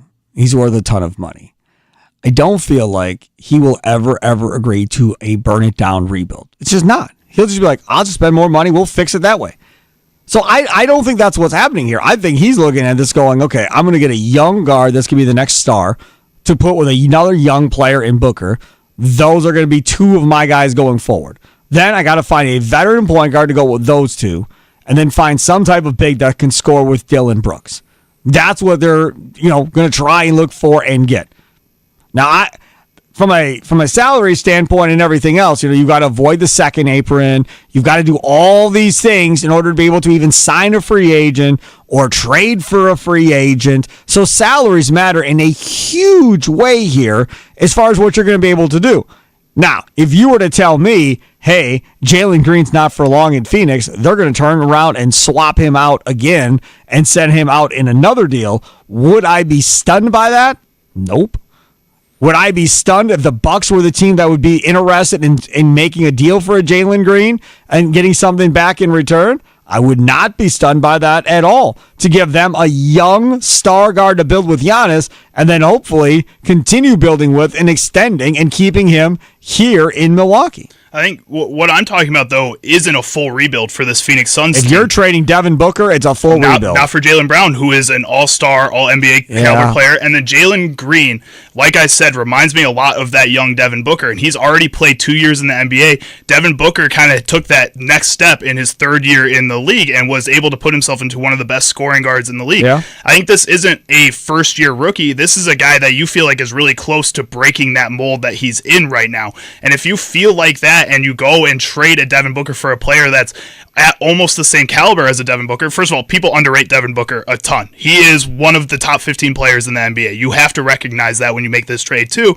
that if you get a guy like Jaylen Brown, that still keeps you in that range of having a top 25, top 30 player in the NBA. You're still semi-competitive, and now you have a guy like Jalen Green who you don't really know who the ceiling is, but you have an idea of what it can be. He is Charlie Houston. See Sparky Fifer with you. It's Wisconsin Sports Daily, served up by Wendy's, live from the 1250 AM at 105.7 FM, the Fan Studios, powered by the Potawatomi Sportsbook. The Potawatomi Sportsbook is amazing. We talk about it all the time. It would have been an amazing place to go and watch the NBA Finals. Each and any one of those games would have been an amazing place to go do. The NBA Finals, the first couple of games, drew nobody. Numbers were way down through the first couple of games. Well, Game 7 rose to the challenge. Game 7, in an email I got just a little while ago, accounts for the 7th most watched primetime television program in the last 2 months. All right. That really took a big turn from Game 2 when we were talking about those numbers. 7th most watched in the last 2 months? Do you think the Super Bowl is the 7th most watched primetime game in the last 2 months? No, but the Super Bowl is also one game. You know, I think that has more appeal. When you talk about how badly rated the first couple games of this series was, to then be put into the top 10 of the past 2 months, that's a huge jump. You got to give them some credit there. Game 7 averaged 16.4 million viewers. Peaked with nearly 20 million viewers.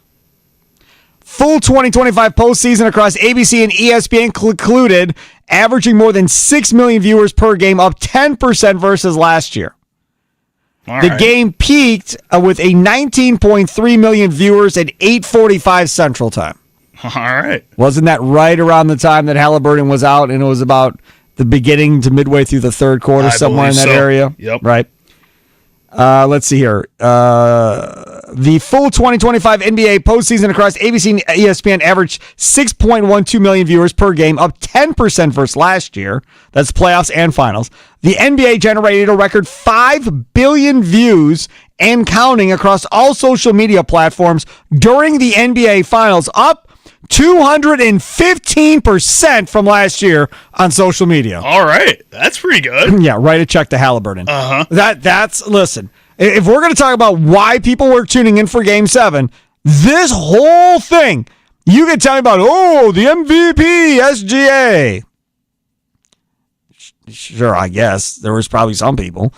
But everybody was tuning in to see the Halliburton heroics, right? See if his father was going to do something else, knuckleheadness in the Game 7 after the season's all done, if something went happen at the wrong time. And then when Halliburton went down, that's what I want to see. How did those numbers just completely fall off in the second half once they got to about 16 or so? And when did everybody start turning off their TV sets to go away from it? The social media stuff and the finals, that's all Halliburton. That's all that is. And then the Halliburton injury last night, that blew up on social media as well. That was all really ESPN was talking about from this game.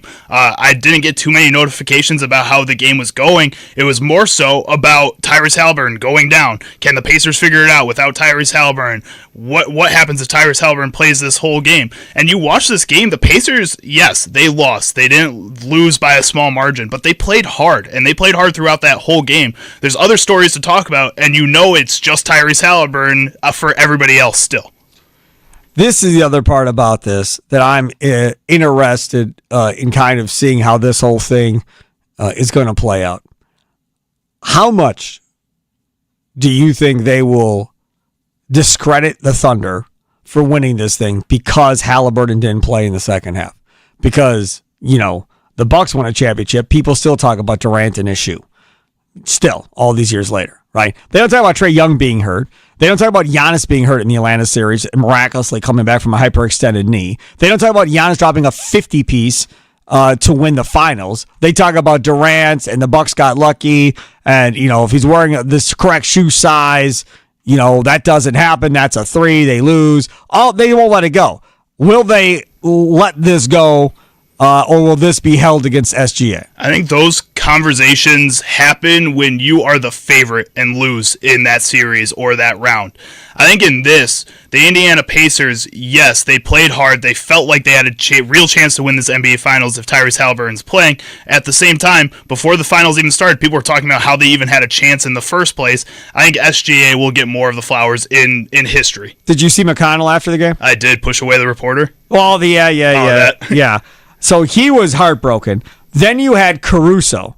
And Caruso took a shot about won a championship, not in the damn bubble. So leave me alone now, right? Because obviously he's sick of everybody saying that bubble championship doesn't count for the Lakers. He was on that team. All right, so everybody can shut up. I got one outside of the bubble. I thought it was hilarious that he even brought it up. Yes, Tommy Wirtz. You bring up, my point is going to be awesome, even on top of that. Now, did you see today on The Herd that... I don't watch The Herd. I didn't think so. Colin Cowherd ranked the last 7 NBA champions. Did you see this? I didn't want to play this because I knew that would make Sparky real mad. Number 6 of the 7 was the 2025 Thunder. Assuming I didn't watch it either, but assuming that discrediting because Tyrese Halliburton was hurt, and then just perfectly set up. Number 1, he has the 2020 Lakers. The bubble team? Yes. Yeah. Yes. The Bucks, do you know where they are on this list? You have a guess? Not on the list. Well, they're the last 7. You said top 7. Oh, yeah, last 7. Last 7. I thought you meant the top 7 of all time. No, last 7. So that means the Thunder are 6th of 7 is what he's saying. So the Bucks are 7th then. The Bucks are 5th. Oh. Only ahead of the Raptors as well. Thunder and Raptors. And the Raptors should be way higher on that list too, in my opinion. Yeah, that was like just a Kawhi takeover, which is kind of similar to what we saw out of Halliburton, right? I mean, he was doing what Halliburton was doing this year in 2019 by just carrying a team with Pascal Siakam, funny enough, too. Right. So, yeah, I don't think that the Thunder should be discredited at all. They had one of the best defenses in NBA history. Yeah, they absolutely dominated. They had, I think it was 64 wins by 10 or more points this year. That's why I said this Pacers team was Cinderella. That they were going to finish this thing off, and it was going to end that way, Tommy. Because they literally, in my opinion at least, had no business being where they were. And they were there because of Halliburton. And then the carriage turned back into a pumpkin, and it was over. Coming up, the leadoff show, powered by the Potawatomi Sportsbook. Tommy Wirtz, what you got coming up? We're going to hear from a bunch of different Brewers today. We're going to talk about the awesome series over the weekend. Yesterday got a little bit dicey for sure. McGill. But McGill was awesome. McGill was great during that. And then we also have Brandon Woodruff sound from Drew Wagner. We're going to be joined by Austin Herdina. 6 o'clock, Drew Wagner's going to pop on. 6:20, stacked show. Absolutely stacked show. And we'll find out about Brock Wilken and what's going on with him after his injury celebration of winning the AA title. Pat Murphy will tell us about that, too, when we hear from Pat Murphy. Enjoy the rest of your night. Have a good one. Tommy Wirtz, 90 minutes, baby. Leadoff show. Talking Brewers baseball, brought to you by the Potawatomi Sportsbook. Have a good night, y'all. See you tomorrow. Andrew Wagner will join us at 3:20 tomorrow. Brought to you by Focus Baseball. Toodles.